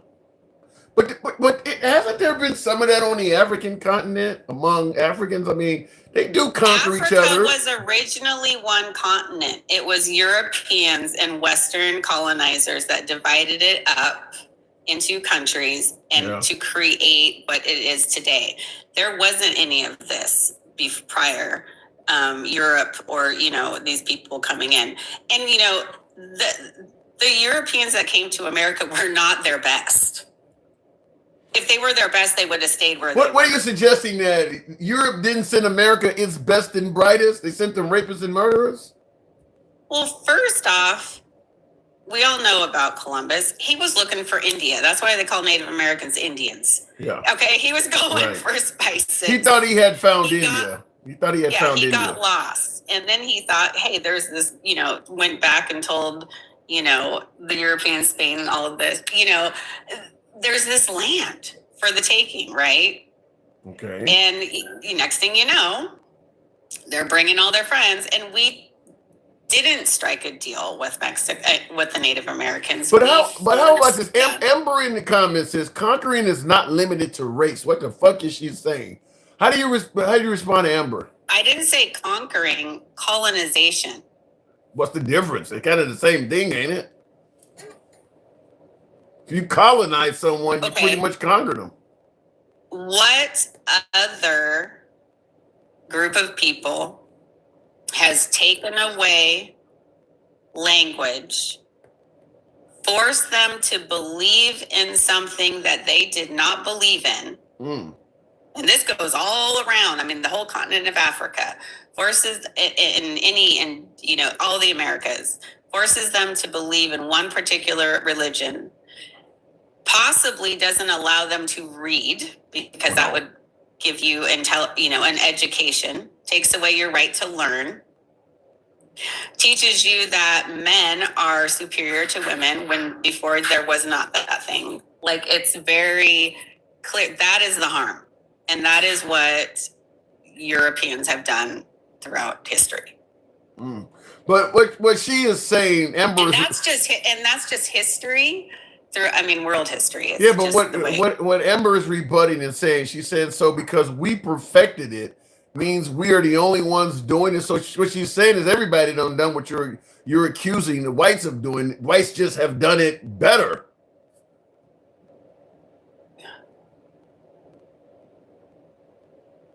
Tell me one place where it's better. It's better for whites, is what she's saying. Well, yes, because they've created this thing that they're superior and that they need to, civilize the savages when in fact they're the ones that are acting in savagery. Well, that is one of the tenets. They do believe that they are civilizing savages throughout history. That is what they felt. I mean, what's civilized about taking children from mothers and selling them off to other people? nothing, in my opinion. Well, I'll tell you this. And I'm not defending defending what you're talking about whatsoever, because it's deplorable. But what I'm gonna say sounds like it. I think the way they viewed it, just like if you're an African American and let's say you breed dogs. So when a puppy, when puppies are born, because you're selling them, you're taking those babies from the mother and selling them off. I think the problem is the white culture was viewing other cultures the way we view dogs. Like it is what it is. We were less than human. Yeah. Even though we bled the same, we had the same body parts, we had children the same, we had our own language, we had our own culture, civilization, or anybody. Yeah. Doing that is uncivilized. Yeah, I don't favor it for obvious reasons. Other group of people, do you see Africans coming over here trying to conquer? They do have hierarchies, and they do treat some of their own people like they're less than too. That does happen in Africa. But that is also due to what I had told you previously, is separating a continent and making it land ownership, and introducing a religion that was put in place there that creates that. I mean, over hundreds of years, it's not by accident. Anyway, what else is the topic? Well, the actual topic is, are we winning? But before we do that, Big Bo C said something that I kind of thought of. He says, immunity from the galaxy pay a fee. So if somebody don't want to be galaxy donate to that. I thought about doing that. It wasn't a major issue though. It was just I had one guest and I didn't expect Gangsta Grandma to go ballistic behind it. So that's just the way it went like that. And I seen the comments. The Bison Return says, this lady sounds crazy. She has been completely brainwashed, has no idea about any actual real history, says Angel. Oddly enough, you're attracting a lot of women that are criticizing you. I don't know. Actually, I read a lot of books, and I do not read things on the internet. I still believe in the printed word and learning about all different kinds of things, always have. And I find like culture and everything very interesting about how did Africa get this, and it's not like I'm just picking up from, some. How about this comment? These are written by historians, huh? How about this comment? Jay Hall, I think it says Africans did not have the technology to conquer other lands. That's why Africans sold Africans as slaves. First off, again, he's talking about something that was done, again, post-colonization. And the introduction of European ideas of what it was to be civilized. And we love to exploit the continent of Africa because of what's considered to be its riches. De Beers, when they went in there and found all these diamonds are not a rare stone. There should not be children or any Africans dying or mining it. You can make a diamond in a lab that pretty much nobody can tell the difference. De Beers locks up all these diamonds. Are you sure about that? Now, I know you can make synthetic diamonds, but I'm under the impression you can. No, I actually just read something that they can actually create the exact same force in a lab that makes an actual diamond. if a jeweler looks at it, they won't know the difference. But if a person, a specific like Jamal, I can't remember what they're called, but it's basically a sign, somebody that's beyond, they can, but they have to have a very special machine. And it's got the same density because diamonds can cut. They're pretty hard. It's all Yes. that you can make all yes. of that. Yeah. Yes. I didn't But know there's that. hundreds of millions of diamonds in the De Beers vault, and this is actual fact. It's not a secret. It's been known for a long time. But yeah, they call them blood diamonds for a reason. Fair enough. So are you really winning is a topic because President Trump stated that if you vote for him, now I know you didn't vote for Trump, but he did state that if America put him back in there, we were going to get tired of winning. Now he's been in there for a fourth of his second term already, about a year and a few months. It's March, so he got inaugurated in late January of 2025. So he's been in a year and a couple months, so 14 months or so. How do you view the way America is performing under Trump for these 14 months? Okay, so if we're gonna just talk about how Donald Trump affects my life or the people around me, and not talk about my gas, I live in Hawaii, which normally our gas is much cheaper than California's. There are actually other states. Washington State, for instance, usually has more expensive gas than us. When Biden left office, our gas was around getting down to like $4. But if I went to Costco, it was like $3.50 or $3.45. Okay. Now my gas, just within the last 2 weeks, it is now at if I want to go down the road. So again, it was around just over like maybe 401 or something. Okay. Today it's $5.29. Wow, so it's one of $1 and over $1.25. Yes. Damn. I was thinking about coming to Hawaii. My God, maybe not. Yeah. So I mean, that's something that I feel. I mean, I only have to drive about 18 minutes to go to my work, but the whole rest of the way is uphill. And it's just about how much more this week I'm paying to fill up my tank than I was even 3 weeks ago, or even a year ago. It's absolutely insane. So is it safe to assume you're not economically satisfied under Trump? No, because I mean, if gas is going up, food's going to go up. Yeah. Food's going to go up, and airline tickets are going to go up.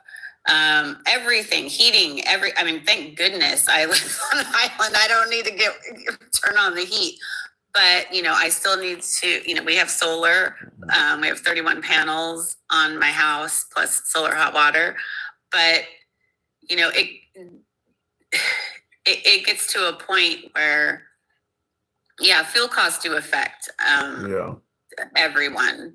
And things were starting to kind of go down, and now it's just what about your grocery prices over there? And I see in the comments, gun beast is anyone with a lighter, they burn green. I don't know what you mean by it, but how is it? Because Trump also talked about bringing down the price of groceries on day one. How are your grocery prices over there? Well, since ICE came, some of our major staples have gone up, that we normally would get. You said since ICE came? Yeah, because some of the farms and stuff, the food's going bad. Because there's nobody. They took workers. How the hell do illegal immigrants get to Hawaii? So a lot of farms here, especially coffee plantations, they needed help because we have a lot of J1s here. So we have a lot of Filipinos. Like I would say we have Filipinos, we have we have all kinds of people here. There is no majority ethnic group. which is really amazing. And Yeah, but how do they get there? I mean, you got to sell. How does illegal? they fly. Oh, they overstay their visa. No, most of the people here are working here. They have a J1 or some sort of document. So the Hispanics and the Latinos that they got, a lot of the coffee farms, because we have a special type of coffee here. It's called Kona coffee. It's because of the volcanic, in the soil. It's amazing, and they needed help. Not everybody wants to work Right. on it. But you didn't have any. You didn't have any. They recruited a bunch of people from Mexico and South America to come and work on the farms, and they were also here to work. I guess you'd call them migrant workers. Were they documented? Yes. Were they illegal? No. But and did you have a lot of ice there? Did you have a lot of ice on that island? They're all around. I mean, they've taken Australians. They've detained. They came and swept. I think one of the coffee plantations and took like over 100 people. So the coffee, yes, is and how does that affect everyday life? It's a trickle down thing. You're missing out on people that are spending money. So it's hurting our economy. When people don't feel that it's safe to travel to the United States, shocker, yeah, Hawaii is the United States, and you're getting, the troubles at the airport. People aren't coming here. Our tourism is down like almost 50%. Yeah, Vegas and Disney World, all of them are hurting. I've heard that tourism, because you're right, people are not coming. That is the only thing Hawaii has as an economy, because everything else, their sugar, everything else was pretty much taken over by Dole and all these other corporations, and nothing belongs to the state. Wow. Except for the small farms, and you don't hear a lot about Hawaii on the mainland. I did not know ICE was. I didn't know you guys even had a lot of illegal immigrants there to begin with. But you don't hear a lot about Hawaii being discussed here. Just like Puerto Rico, you don't hear a lot about what's going on in Puerto Rico or Alaska. All of them little places, right. They don't talk about. Well, we hear about it on the Hawaii news of like because we have a large military base, here. We have one, a small one where they do training here on the big island of Hawaii, where I live. The servicemen are married to all different kinds of people. They detained a Australian who was coming to visit her husband, who is in the service, and kept her for 3 days, and then revoked her ability to ever come back to the United States and sent her back to Australia. She was on it's a Hawaii resident and a legal citizen has been detained for weeks and hasn't been able to get out. These things are happening. Yeah, the stories are legion, and they're not making you. They're to brown citizens, and people wonder why Black people, because we are a target. If you are Caucasian and don't have an you said Australia, though. That's not black. They're not brown. That's white person. Don't know.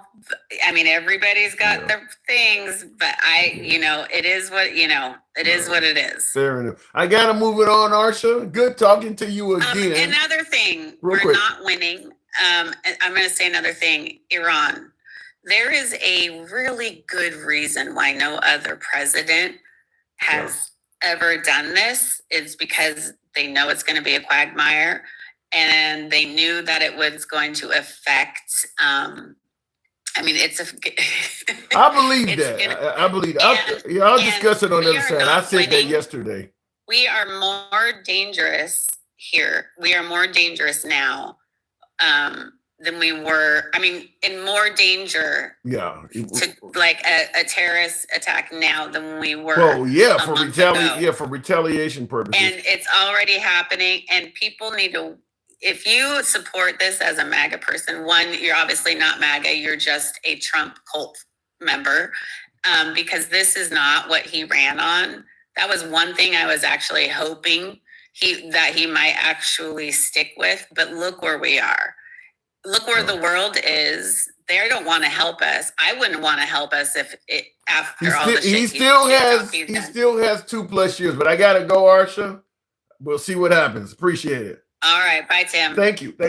And yeah, the retaliatory part, I definitely agree with her. Is that we're going to receive some retaliation. I mean, some real retaliation. There's been a couple attempts. The casualty rate is pretty low, but there's a lot of Iranian, citizens and Iranian sympathizers in America. What I'm more afraid of, though, is that we have a rise of hatred towards that community if somebody does. And I strongly believe that all you need is one a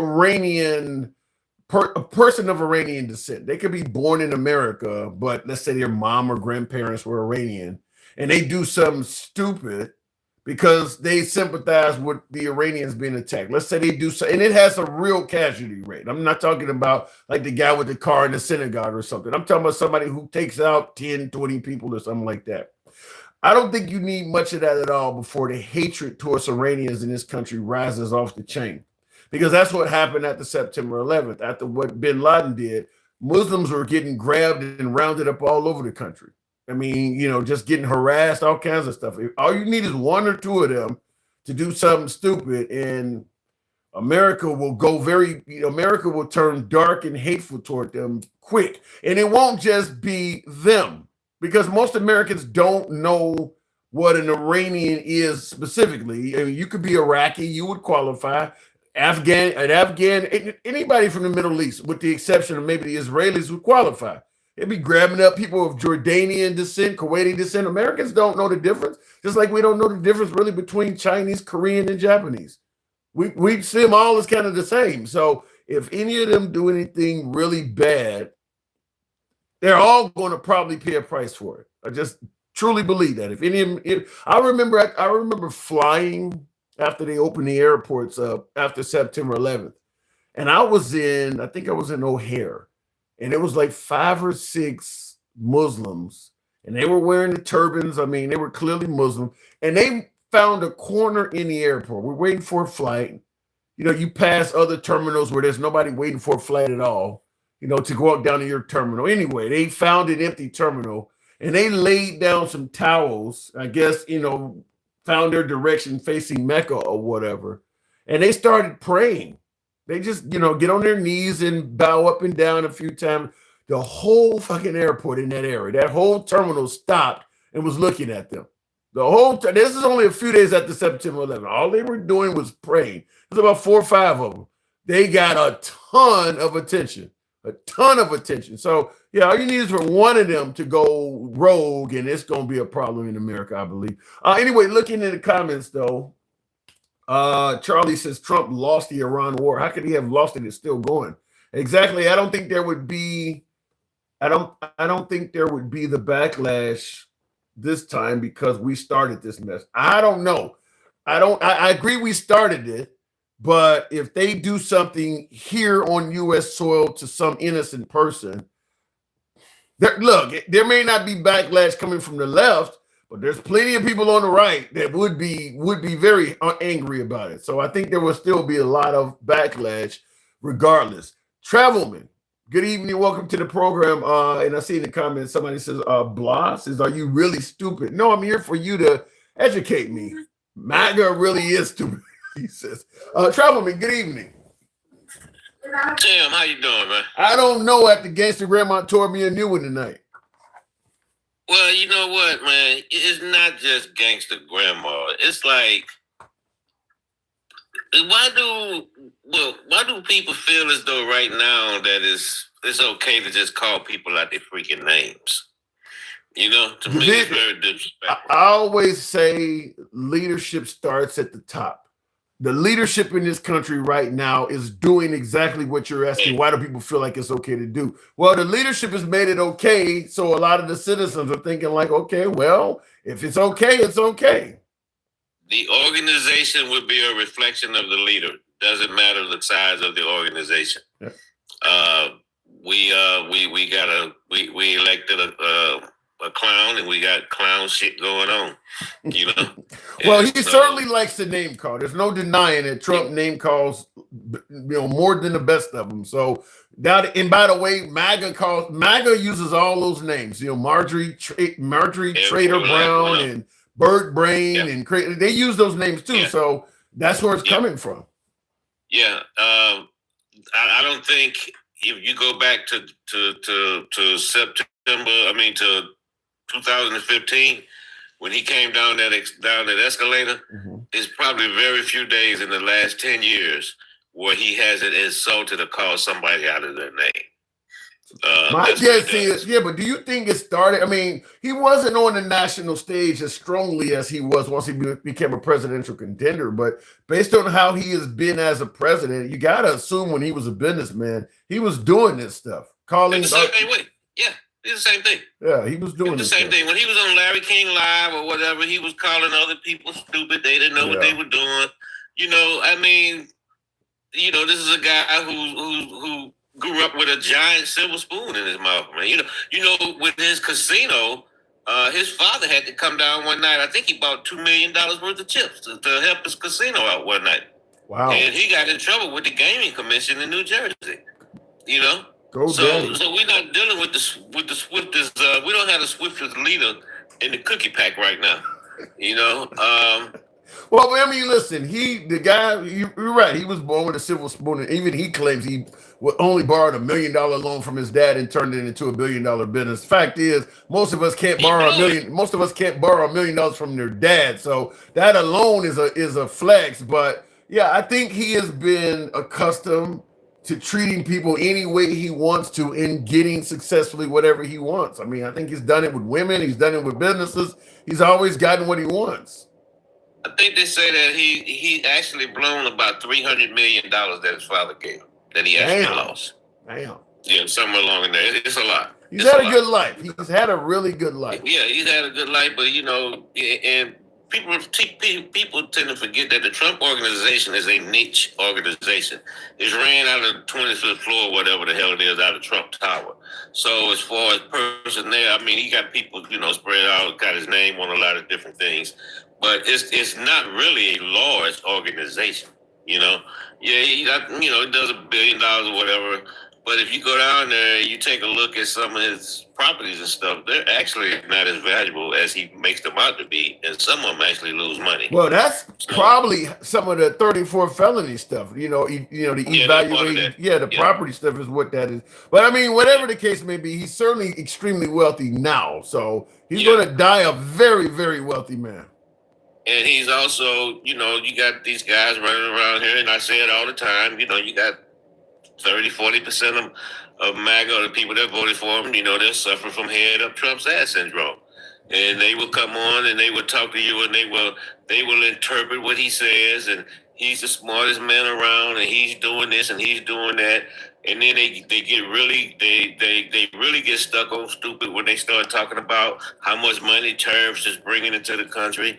Like, they don't realize that it's two people that's paying the tariffs. Okay, 90% of the tariffs are being paid by either the company or the consumers. So either way, if the company paying it, that's money they're not reinvesting back into their company. They're not reinvesting into training. That if the consumer is paying it, that's money coming out of their pocket, so they can't do other things because it's a de facto tax. But I understand. But in defense of MAGA, I understand why MAGA is so favorable to the tariffs, because MAGA takes the word of Trump.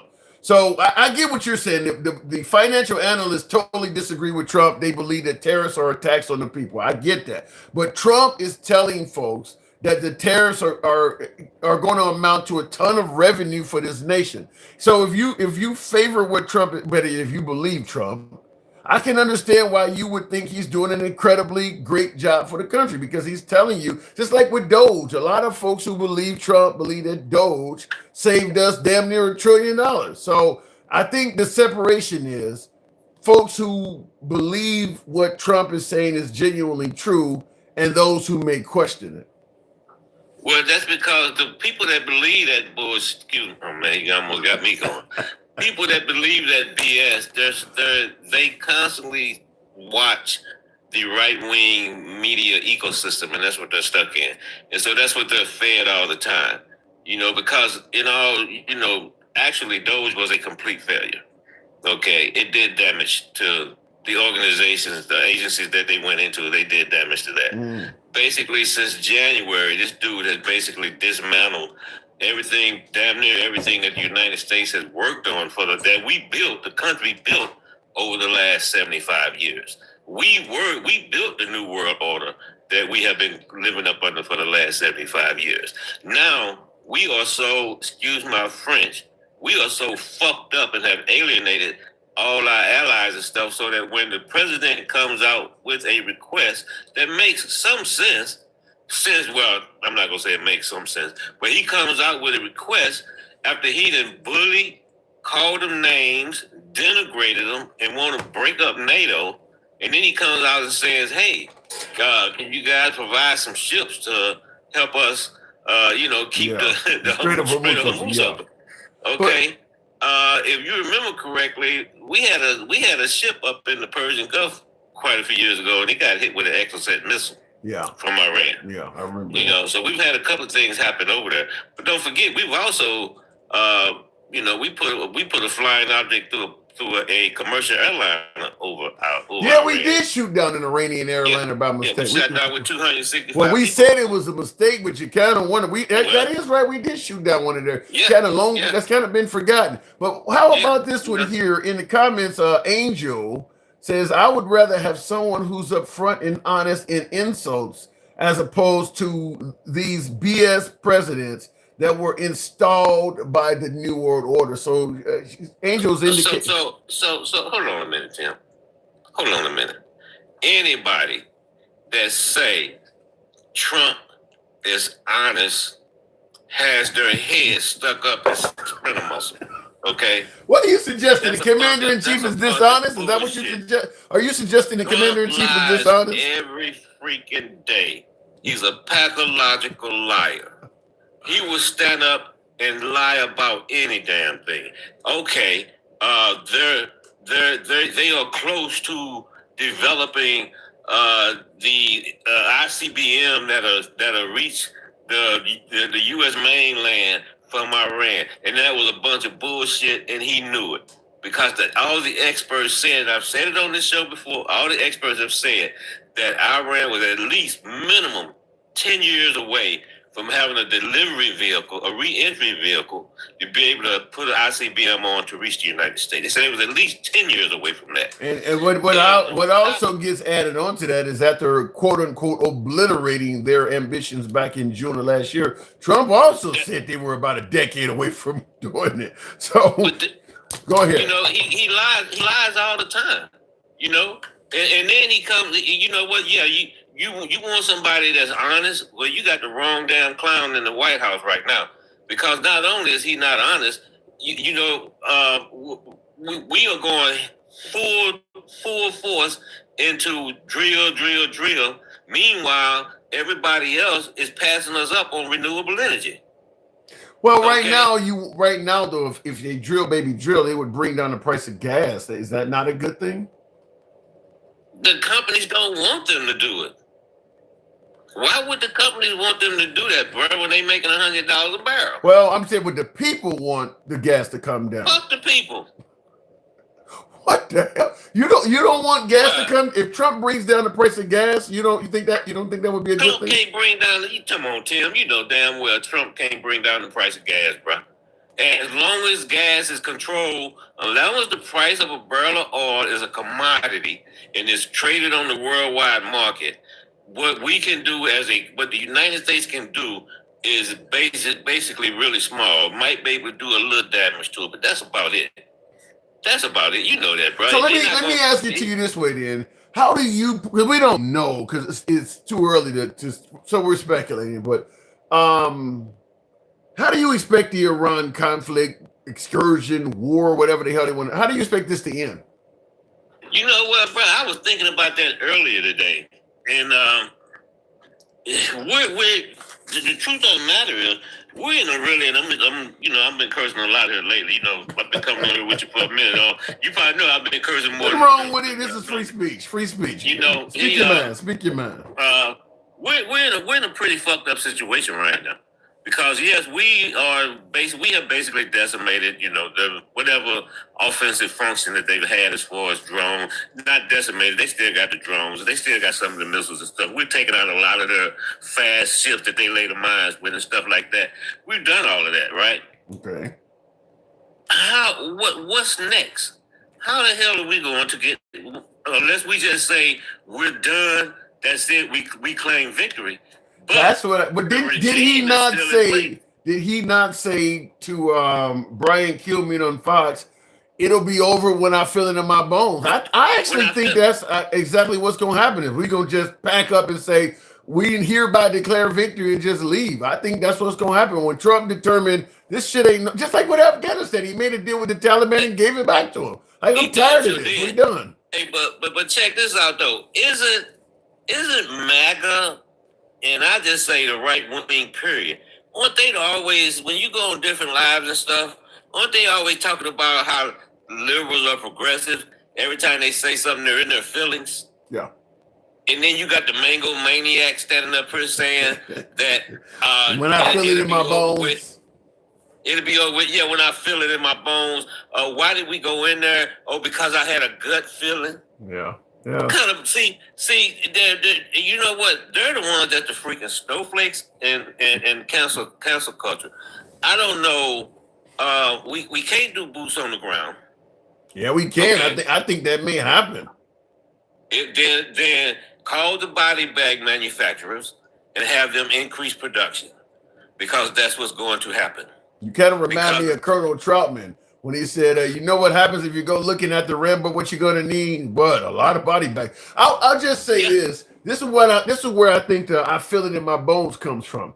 As long as we're just bombing shit by the air and it looks like we're just destroying all of Iran, I think Trump bragging that we got as many weapons as we need would stay indefinitely. But if we put boots on the ground and bodies start coming back and it starts to really make him and the administration look bad, that's when I think he'll just come up and say, look, we've done enough. I feel it in my bones now. We hereby declare victory. They don't have enough left to be a threat to the world for another 20 years. This is a win. We're leaving. I think that's what would happen.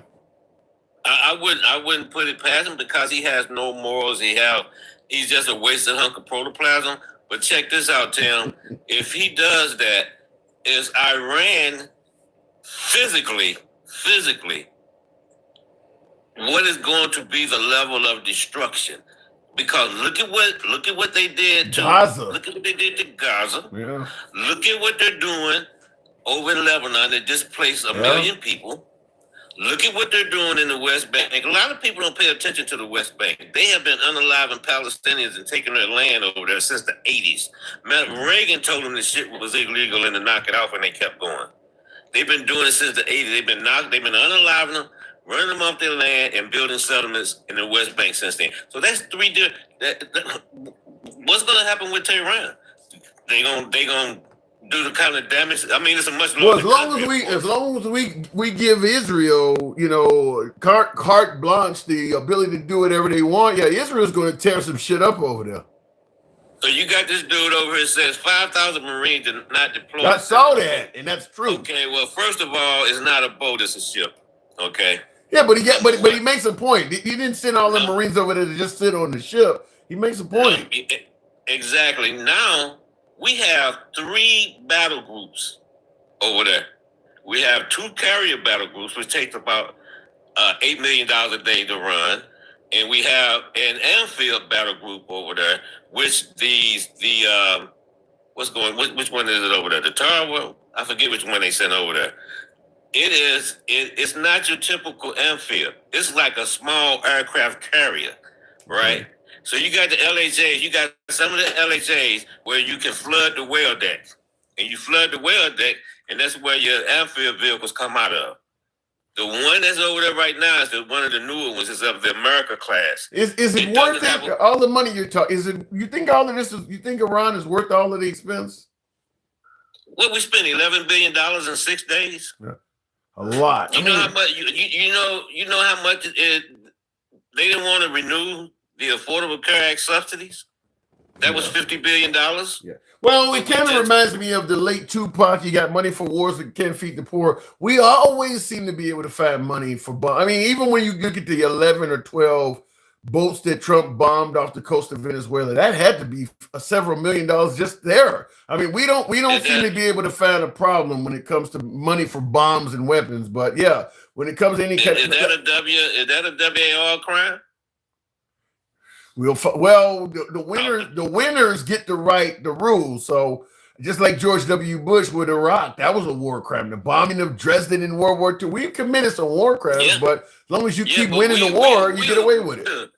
We're really blatant blowing people out of the water on damn speedboats, man. I mean, just look at all the shit that we've done in the last year and a couple of months, man. I mean, but that's what I meant when I said it's a difference between people who question Trump and people who just believe him, because the MAGA side of the aisle believe all of those boats were actually carrying drugs. They don't need any proof or anything. If Trump says they had drugs and we destroyed drug runners, they believe that drug runners were destroyed. They don't need to see anything beyond what Trump said. Okay, so this dude here says if we take control of the #1 oil reserve in the world, yeah, worth it. What are you gonna take control of them with? You know, it's amazing how these damn people sit up here on these panels and shit. None of them never served in the military. None of them been in a combat zone. But they going to talk about we're going to go over there and take control of the #1 oil reserves in the world. That would be super dangerous. The only way you're going to do that is to occupy Iran and sit there and maintain their fields. I mean, yeah, that would be, you're going to be getting bombed and shot at. That's an occupation. You're not going to go in there with 5,000. Well, they got 2,500 Marines on the LHA. I forget what the number on. I think it's 3 that's went over there. So they got about 2,500 Marines on there. Probably 5,000 in total battle group. Cause they got about 4 or 5 ships over there, amphibians. So you're gonna need more than that. You're gonna need more than that. Okay. There's no way to do it without, like you mentioned, body bags at the beginning of our conversation. There's no way to take control of their oil fields, as he's talking about, without a lot of people dying. I mean, just imagine we got control of the oil fields. We're occupying that, and somebody out in the mountain somewhere send one of those drones and blow up where you're at. I mean, the amount of casualties, you've seen oil fields burn. I mean, the amount of casualties from something like that would be insane. They're not going to just let us occupy their country and drain them resources without firing at us constantly. Well, Iran is not Venezuela. Iran is not Iraq. Iran has 90 million people in it, and I think we talked about this yesterday. They fought an 8-year WAR with Iraq. It was a meat grinder. They do not give up. They gonna keep fighting, and we gonna end up. Yeah. It's gonna be a quagmire. Matter of fact, the damn Iranian, one of the Iranian government officials said today, we're just waiting on you to. They want us to put boots on the ground. To me, it's going to be very similar to the mindset of Russia when they invaded the Ukraine. They never thought they would still be at war with the Ukraine 3 years from now. I mean, they thought it was going to be an easy cakewalk, and just like with the Ukraine had the resolve to fight back, and a lot of folks started giving the Ukraine weapons and assistance, namely the United States. That's going to happen with Iran. Russia's already helping Iran. Next, you'll have North Korea, somebody. I mean, folks are going to step in and help them, and this shit's going to last on and on. I think the Trump administration thinks this actually is going to be over with before the spring is over. I don't see it. Well, Camaro 68 seems to think that they're going to drop 2,500 Marines on there, and they're going to hold the beach for a month and wait on more Marines to come. You're going to need a lot more than 20. That place is twice the size of Texas. Yeah. The Persian Gulf alone is like 500 miles long. 2,500 people ain't that thing will absorb, that distance will absorb 2,500 people like nothing. I mean, not only that, the topography of the landing area, the beach area down there, once you come on board, yeah, you getting out of the water right into you a got all kind mountain. of stuff going on, you know. Yeah. So yeah, okay, yeah. I mean, yeah. 20. You know, what happens is 2,500. What happens is you send 2,500. Something happens, and all of a sudden you got to send another 5,000 or something to back up them, and then it's another. That's what happens. You start out with 2,500, and as some of them are getting overran and coming home in body bags, you swell up and send another contingent to make sure you backed up the first 2,500. Next thing you know, you got to send more to back up. I mean, it's going to end up being thousands, but it started out with 2,500. And one quick thing, you know, they had a fire on the USS Ford, right? I didn't hear they about had that. A fire. Yeah, they had a fire a couple of days ago on the USS Ford. It was in the laundry room. Well, my cousin is on there, and she actually her berthing area is not too far from the laundry room. So basically, everything that she had on there, they got to get rid of because it's burned smoke, smell like smoke. Yeah. Wow. Yeah. So so you know those things. Sometimes that happens on a carrier. I think I was on 3 carriers in the LHA, and I only saw that happen like one time. But you know, things happen. You know, but those once again, you know, the Ford been out there. I think by the time they get back, they would have done a 11-month cruise. Damn. You know, so they gonna be eating. How long do you get back when you come back? How long do you get liberty? What is it? A week or two? How long? No, when you come back, the all the ships, excuse me, all the carriers on the road. You got 11 carriers. I heard somebody talking about earlier today. Oh, we got 11 aircraft carriers. Yeah, but they're all on different. You got schedules. So when you come back off of deployment, this one is 10 months, but normally there's 6 months, 7 months. You come back, and they do what we call a stand down, and that's for 30 days, and that's when guys take leave. You know, things of that nature. The ship goes down to a skeleton crew. Then once those 30 days is up, then you go back out to sea for like a week, and when you pull back in, you go into the shipyard. Okay. Normally, depending on what has to be done, normally they go into what they call an SRA, and that lasts about 3 months, called Selected Restricted Availability, and that's where you go in and they actually repair the ship because the ship been out for 6 months. It's been actually on a rotation for a whole year. So out of a 6-month deployment for that year, you've gone about 8 months because you got to do your workups to prepare for the cruise, right? The pilots got to get their flight quals in and all that kind of stuff. Touch and goes on the flight deck, all of that. So you go in and then you go into the yards, and then if they need to do an upgrade on something, they do that. They make all the repairs and stuff from being out for 6 months. And then when you come out the yards, boom, you're right back at it again. Then you go into your cycle to start your workups. And then once you finish your workups on the East Coast, you might go out and do a Unitas, which is up in the North Atlantic, and you go above the Arctic Circle and all that good shit. And then you come back from that, and then you have about 4 to 5 weeks. We call a palm period. And during that 4 to 5 weeks, guys don't really take leave because the ship is being loaded for the 6-month deployment. And then, boom, you're back out on the schedule. So one time we came in in March, right? And then we was back on the med that November. We pulled out November the 1st, and we didn't touch land again until January the 3rd. So over in the Mediterranean. Yeah. Wow. Well, I would rather be in the North Atlantic than in the war zone. So I mean, well, one quick thing on that is and then I'm out. One thing about that, when the Navy keeps an op tempo like that, there's 2 things that happen, especially as part of a carrier and on the destroyers and stuff. The divorce rate goes up, and the retention goes down. And so that's why they try to keep all the deployments at 6 months. Makes sense. I mean, the longer you're away from your spouse, the more both of y'all have problems with that. Yeah, I can see that. And people don't want to stay in. Come back home, come back home, man, your wife will tell you, you know, if it's time for you to get out, you got to go. I'm not going through this again. You got some that do. You know, I stayed, I stayed in, I did 3 years in the Marine Corps and 17 in the Navy. Wow. So, You know. Well, thank you Did a for the lot of- service, as I always say. Oh, you're welcome, bro. You know, I'm glad you're not involved in this shit, man. It's good to have you here. I'll go ahead and move it on. Actually, I was over there when we was over there. I was over there when Sadat got assassinated back when when he got assassinated back in the 82, Okay. 81 when he got assassinated. Then we also went through the Suez Canal, and then I was also deployed when they had the Beirut bombing over in with the Marines. Yeah, and that was bad. Yeah, that one was bad. Yeah, and then it was over there too when they kidnapped the Marine colonel. A couple of things. Fair enough. You know. All right, Yeah. Travelman. All right, man. Appreciate going down memory. Thank you for coming through.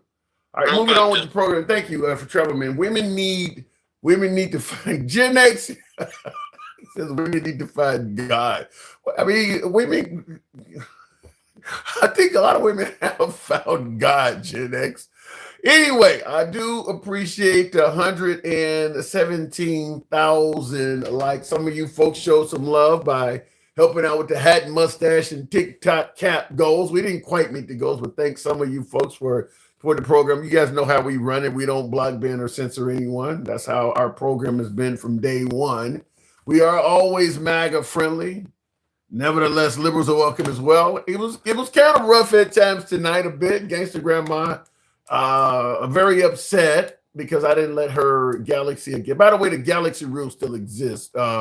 When we bring folks up, you can sit in Galaxy and talk to the folks and take them on or whatever the case may be. It was just that one person.